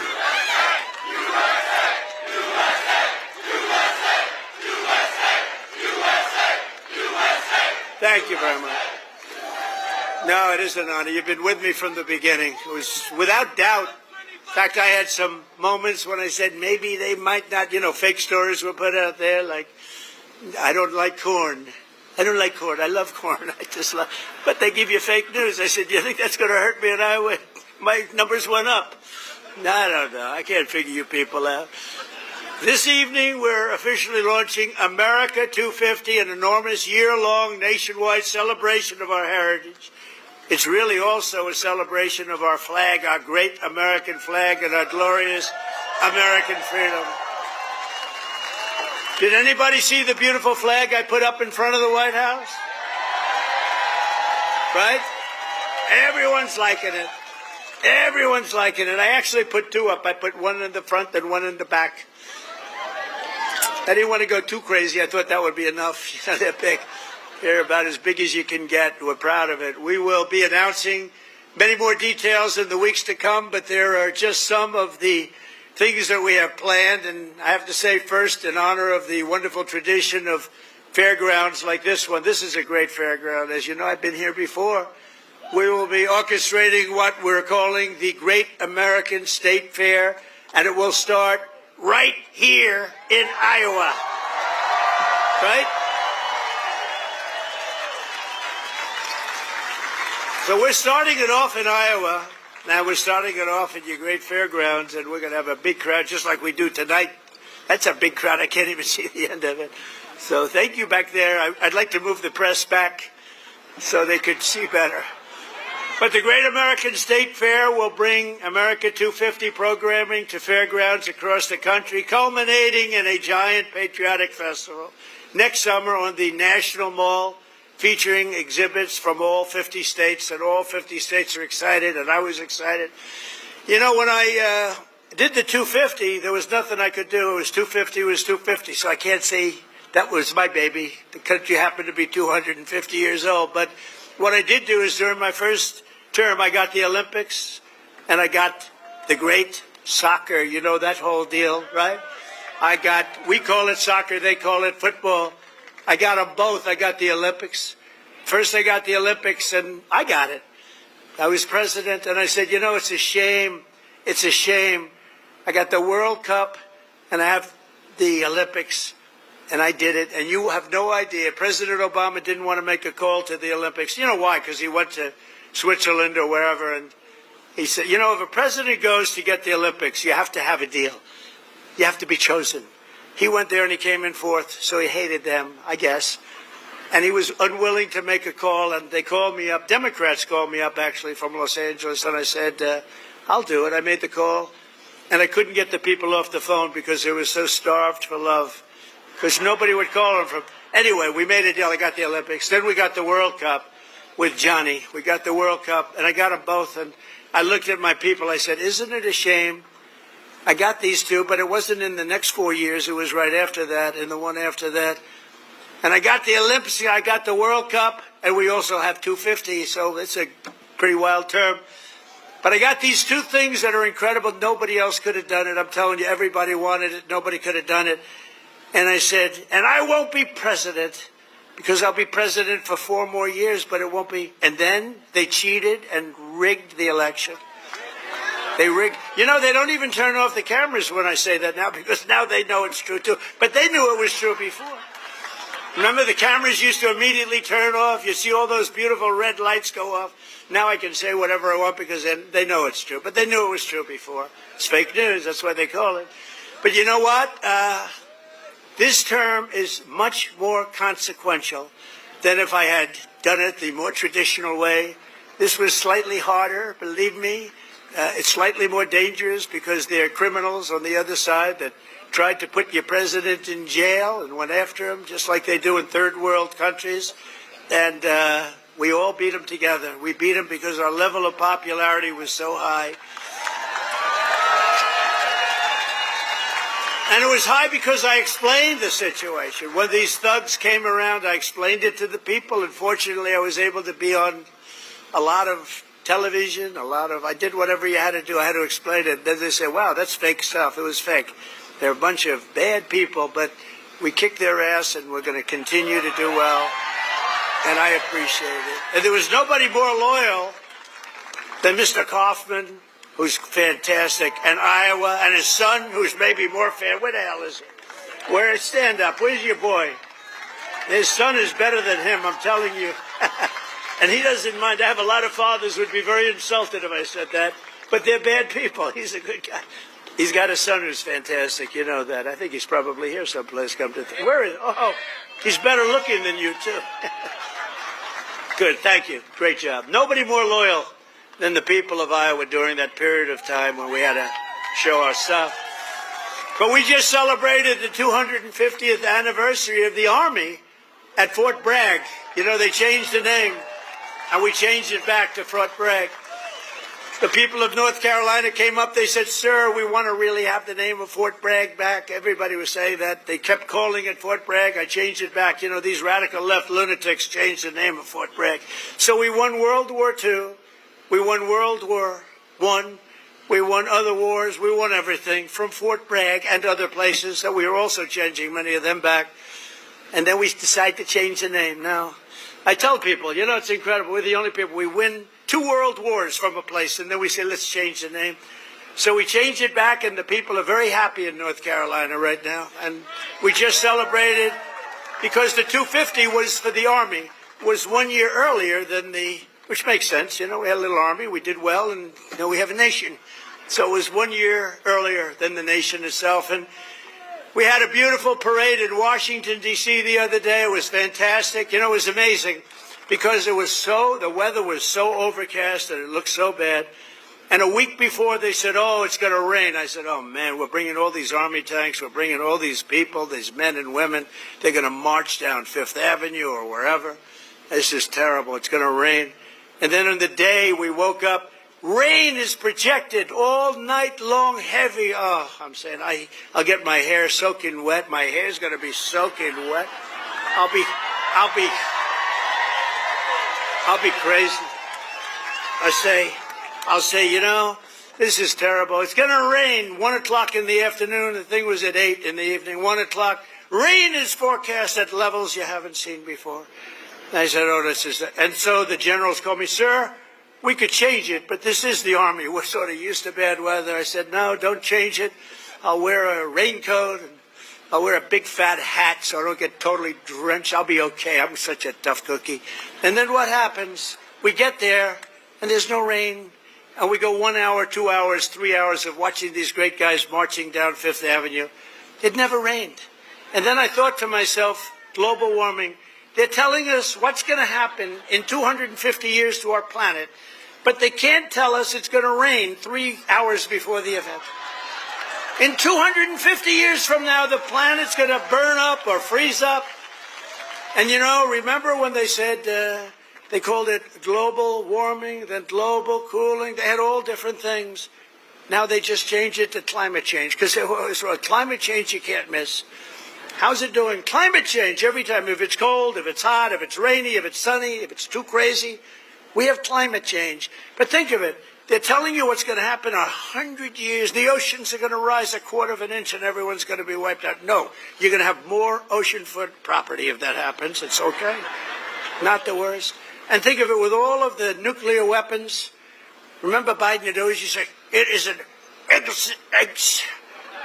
an existential threat. He loves the word existential. It's an existential threat. What is? I don't know, climate change. Remember that? Always, that's dangerous too, because they're going to take that and they're going to say, he couldn't say existential. So you can't imitate people either. Remember I used to imitate Biden, couldn't get off the stage, and I'd walk into walls? And I called my wife, because it's always on television, and I said, how was it, baby? How good was that? We had 44,000 people. Nobody else could do it. I have to brag a little bit, you know, because what the hell? There's a little truth to that. But I brag a little bit. I say, how good was I? You were really good, but, you know, what happened? You couldn't find us. You couldn't get off the stage. I said, no, I was imitating Biden. No, well, that's not the way it showed up. They showed you hitting walls, bunking your head on walls. So even like the word existential, when I imitate him saying it, tonight it's going to be on CNN. He couldn't speak. He couldn't say the word. These are seriously sick people. But now, this fall, we're also going to be celebrating 250 birthdays of the United States Navy and the United States Marines. They're all good. And I'm a little prejudiced, and one of them is going to be really great. It's called Space Force, because that was my baby. Remember, they wanted to terminate it. First year of Biden's administration, they wanted to terminate Space Force, and the military wouldn't let them. And it's turned out to be one of the most important there is. I was very proud of that Space Force, and they're doing great. In addition, just as I promised 5 years ago tonight in my speech at Mount Rushmore, where a certain governor at that time, who's now our Homeland Security Chief, Christy Noem, stand up, Christy. Now I don't have to introduce you later.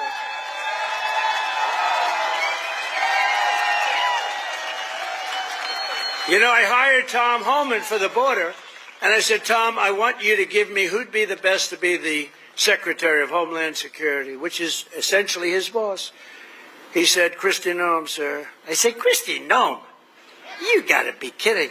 She's a great person, she's smart, but, I mean, is she tough enough? Sir, she's the toughest person around. I said, and she is. She's tough as hell. I've learned. I'll tell you, a lot of bad people have learned, and she's done a fantastic job. Thank you. Thank you. But we're going to be officially opening the National Garden of American Heroes, a vast outdoor park featuring statues of the greatest Americans who ever lived. You know, they took down a lot of our statues. They took down statues of some of the greatest people that we've ever had living. I stopped them from taking down Thomas Jefferson. They wanted to take the Thomas Jefferson Memorial. They wanted to rip the hell out of the statue inside. You can imagine who they were going to put up. Let's get rid of Thomas Jefferson. So we stopped them. We signed a law. Do you remember that night? It was crazy. And they were marching toward the Jefferson Memorial, and I took out an old bill from 1909. And it was a bill that if you so much as touched, old, because today they don't do these things. They don't do it like they used to. Today you could never get it passed. It said if you so much as touch a monument or a statue, you go to jail for a 10-year period. No anything. So they were marching down there, and in the middle of their march, I gave a news conference. I said, anybody that touches and I'm signing immediately goes to jail for a 10-year period. That march broke up so quickly you've never seen. They said, it's a miracle. What happened? I signed a little bill that said you go to jail for a 10-year period. It was a great thing. It was an old bill that wasn't used. In fact, I don't know. I hope we don't have to use it again. But they're learning that, you know, we saved Los Angeles. If we didn't send in the National Guard, I would have sent in the military if they needed it. But if we didn't send in the National Guard, Los Angeles would have been burned down to the ground just like half of their houses were burned down to the ground because they didn't give water that they had plenty of. I'm pleased to report that the One Big Beautiful Bill includes full funding for those statues, and we're going to do statues to our greatest Americans, and we're going to let the people choose who they are. You better choose me. No, I'm only kidding. I should take myself out. I think I should take myself out, Susie. Our great Chief of Staff, the first woman Chief of Staff. Can you believe it? Susie Wiles, stand up, Susie. And that beautiful exterior, don't let it fool you. She's rough and tough. She got rated the most powerful woman anywhere in the world. She can take out a country with a mere phone call, which is true. Actually, it's very true in her case. And she's done a great job. We're doing okay, Susie? Looking good. We had a good 2 weeks, right? This had to be the best 2 weeks. Has anybody ever had a better 2 weeks than that? Next, to bring back our people together through the power of sports, America 250 will also host a brand new, first-of-its-kind youth athletes. It's a competition known as the Patriot Games, and it features top high school athletes from all 50 states. It's going to be great. And this phenomenal patriotic sporting event will be nationally televised, and it will be led by our great Secretary of Health and Human Services, Robert F. Kennedy, Jr., who's really doing it good. He's great, and he's a little different, right? We needed somebody different. You know, autism. You go back, I guess, 18 years, 10,000, think of this, out of 10,000 people, okay? 10,000 people, and I'll go a little different way. Right now, out of 10,000 people, 18 people they're safe. 18 people. We have a statistic on autism that's the worst I've ever seen, and he's going to change it. He's going to change it. It used to be 20 years ago, you just didn't have it. And now it's numbers that are unbelievable, where the numbers are so bad, it's got to be artificially induced, and we're going to find out what it is and when. We're going to find it out as soon as possible. I mean, you think about it, the numbers have increased by 200-fold. And that's really something, and we're going to get to the bottom of it. That's a terrible situation. Likewise, under the leadership of Secretary Burgum, who's here right now, he was a great governor of North Carolina. Great governor of North Dakota. Where is he? Where is he?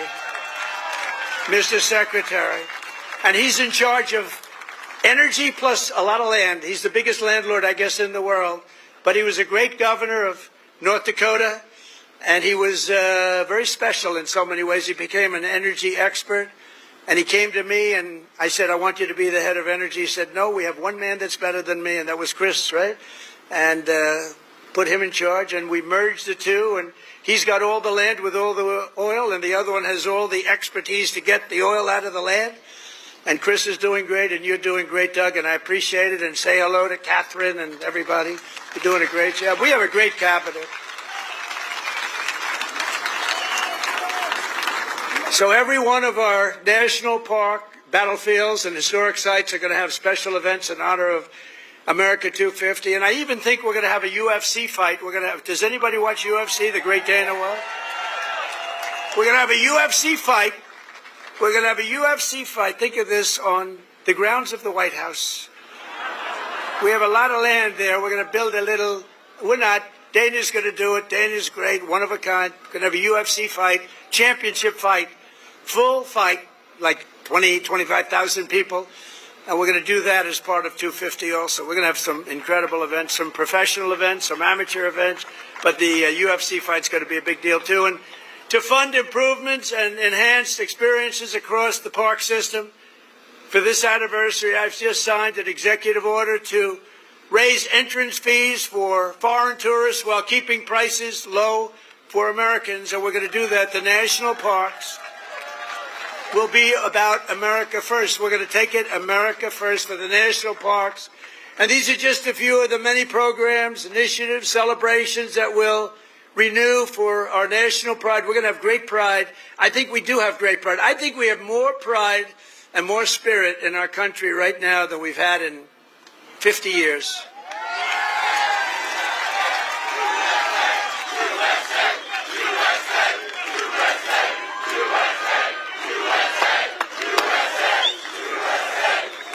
And together we're going to ensure that America's 250th anniversary is the single greatest year in the history of our country. We want to have a lot of great things. A lot of the things that Bobby and Health and Human Services are doing are going to come up during that period of time. And we're going to come up with a lot of tremendous things for health and safety. And economically, we're going to have the strongest country anywhere in the world. And the bill that we just got approved today was, think of that, all of those votes.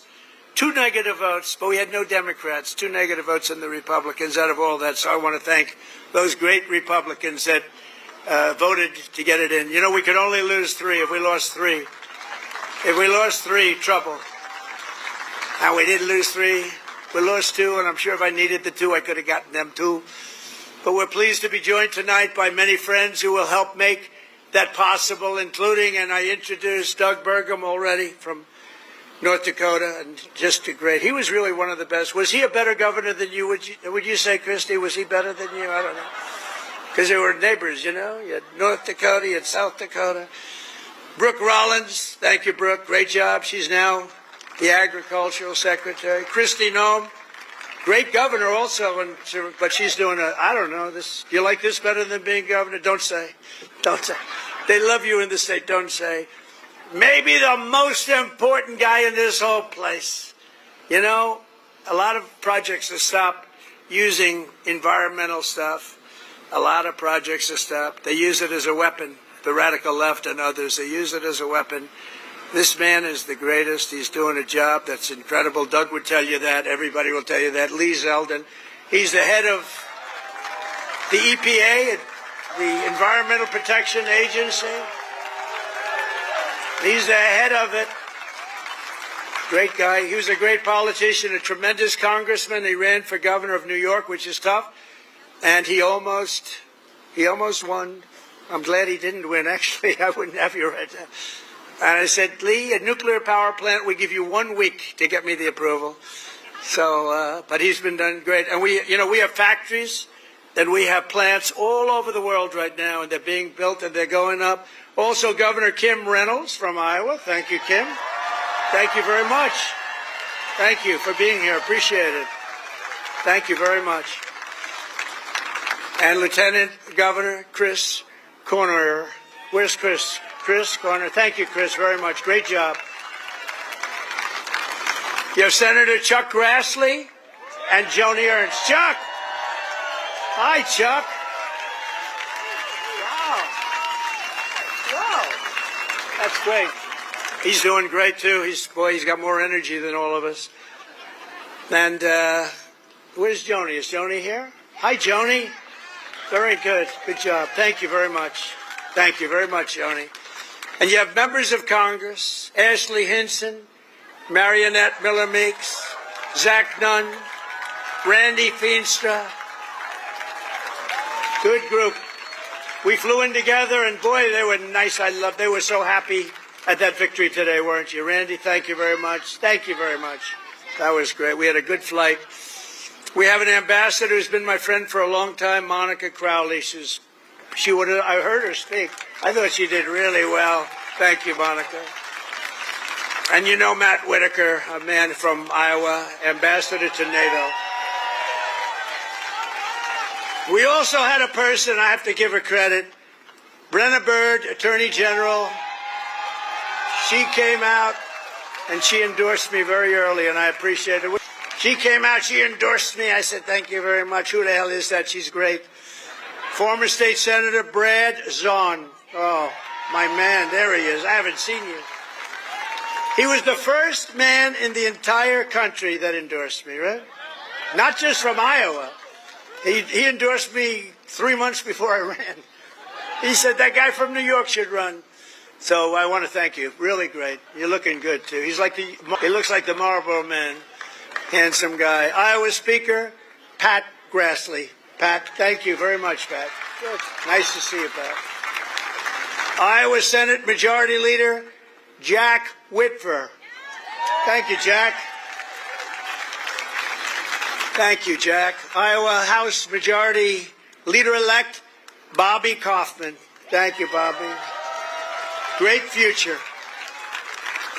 Great future. A friend of mine, Dan Newland, who's the most generous human being. He gives away. He hears somebody's in trouble. He hears somebody's in trouble, and he goes wild, and he's just a very good guy. And Jeff Kaufman, the head of your party here. So come on, stand up, Jeff. You can stand up. Thank you, Jeff. Great job. And Jeff was with me right from the beginning. When I was complaining about things, I'd call him. He'd do it sometimes. It was better as I started winning, right? But Jeff has been great. He's a great leader. Thank you very much, Jeff, for being here. And I have to say that Lee Greenwood has been unbelievable. That song, where is Lee? Is he around here? That song, it's the hottest song of its kind. Number one of its kind. You know, it's a certain genre. But thank you, Lee, very much. Real great song and great talent. This Independence Day, let's also give a very special thanks to every veteran and military service member here tonight for their outstanding devotion to our country. And I also want to thank you, fellas. Stand up, fella. Look at them. They're in good shape. Thank you very much. Wow. That's a lot of veterans. Thank you very much. What an honor. I also want to thank the large group of Iowa pastors and faith leaders for their beautiful prayers, including Pastors Joshua Kent, Tammy Hall, Joseph Hall, Corrine Sturtz, Maureen Prakash, Aji Prakash, Dan McCoy, Rose Kessler, Michael DeJong, Jose Rodriguez, ministry leaders, Virginia, Calgary, Sarah Kent, and thanks also to Bob Vanderplatz. Thank you very much, everybody. Thank you. Stand up. You're the people we want to listen to. Stand up. Thank you. There they are. Look at that group. I want to be with them. They have the real power. They have more power than all of us. Thank you. You've been so good and so supportive. We were supported with the evangelicals, 89%.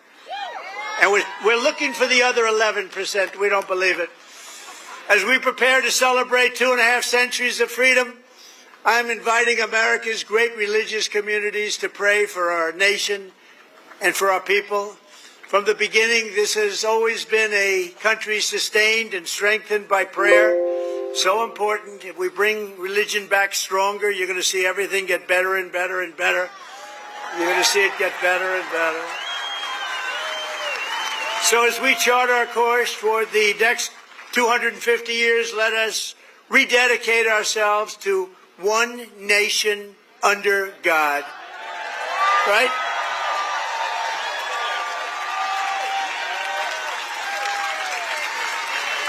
And as you know, recently we've seen some of our political system attempting to overthrow the timeless American principles and other pillars of our liberty and replace them with some of the most noxious ideas in human history, ideas that have been proven false.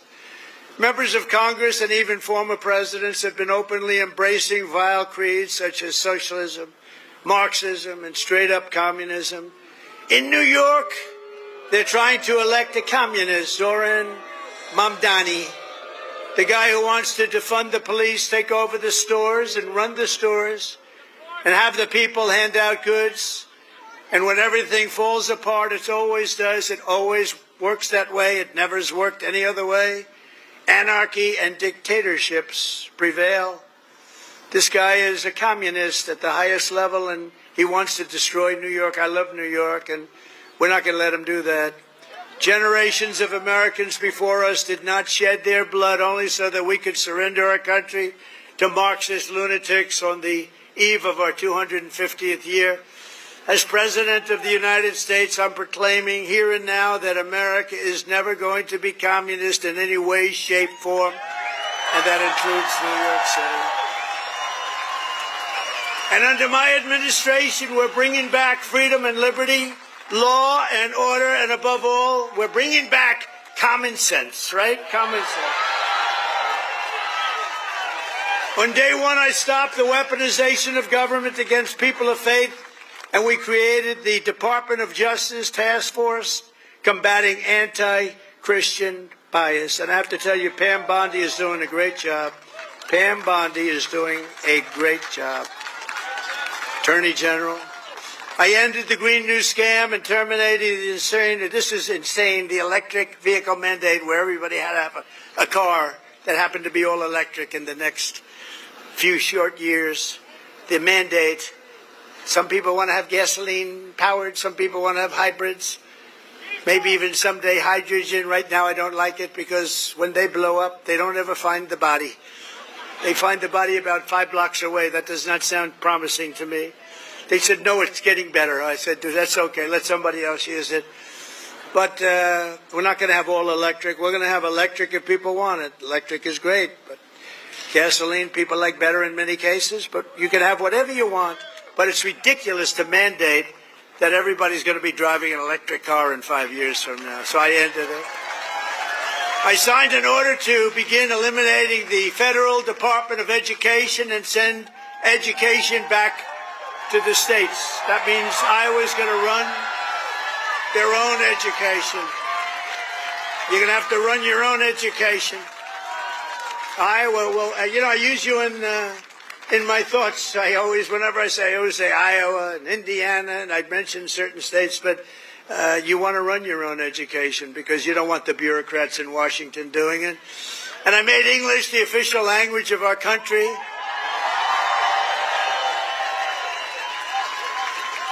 You would think that would be an easy one. It was not as easy as you think. I directed the reinstatement of all patriots expelled from our military by the Biden vaccine mandate, returning them to their former rank with full back pay. And I signed executive orders to abolish critical race theory and transgender insanity from our schools and from our military. And I made it official policy of the United States that there are only 2 genders, male and female.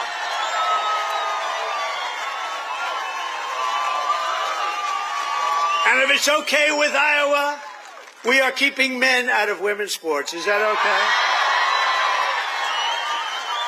I also renamed the Gulf of Mexico. I renamed it to the Gulf of America.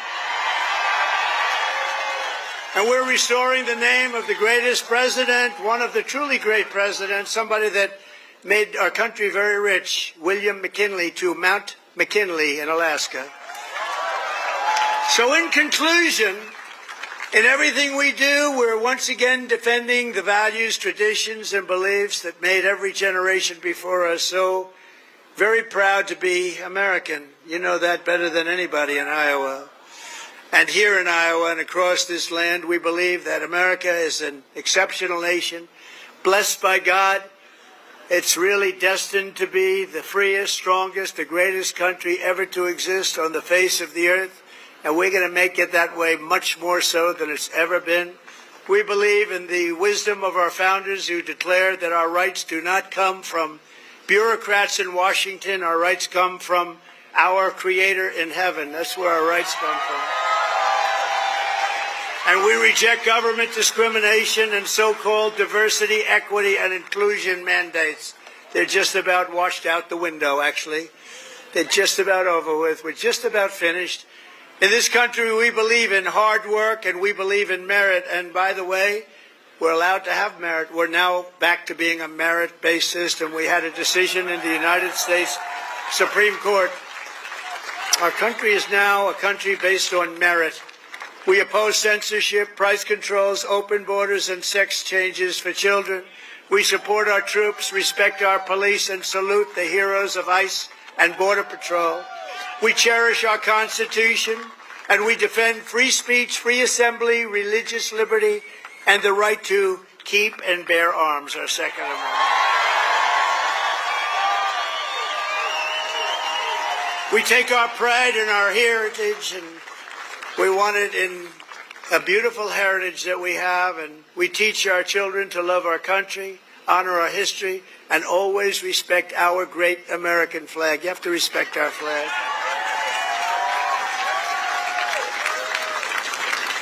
From Philadelphia to Phoenix, from Gettysburg to the Golden Gate Bridge, and from factories of Detroit to the fairgrounds of Des Moines, we stand on the shoulders of heroes and legends who crossed the oceans, blazed the trails, tamed the wilderness, settled the continent, raised up those beautiful skyscrapers, and stood tall and defiant in the face of tyranny and death.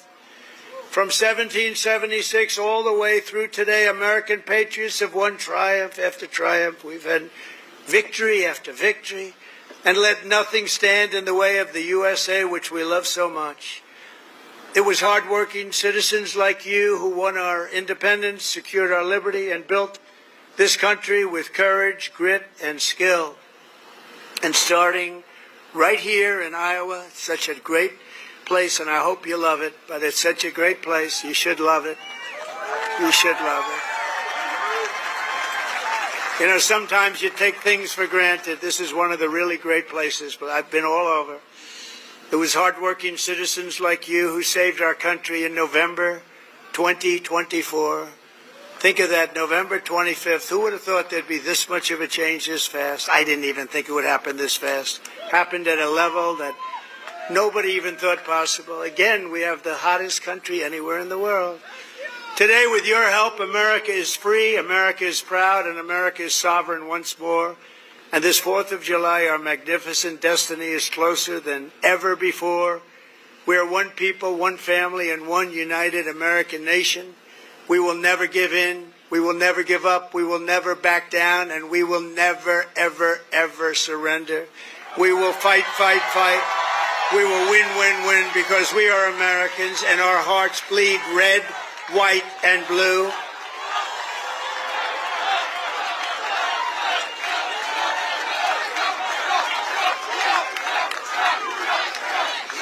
And together, as we look forward to the 250th year of American independence, we will make America powerful again. We will make America wealthy again. We will make America healthy again. We will make America strong again. We will make America proud again. We will make America safe again. And we will make America great again. Thank you, Iowa. Thank you.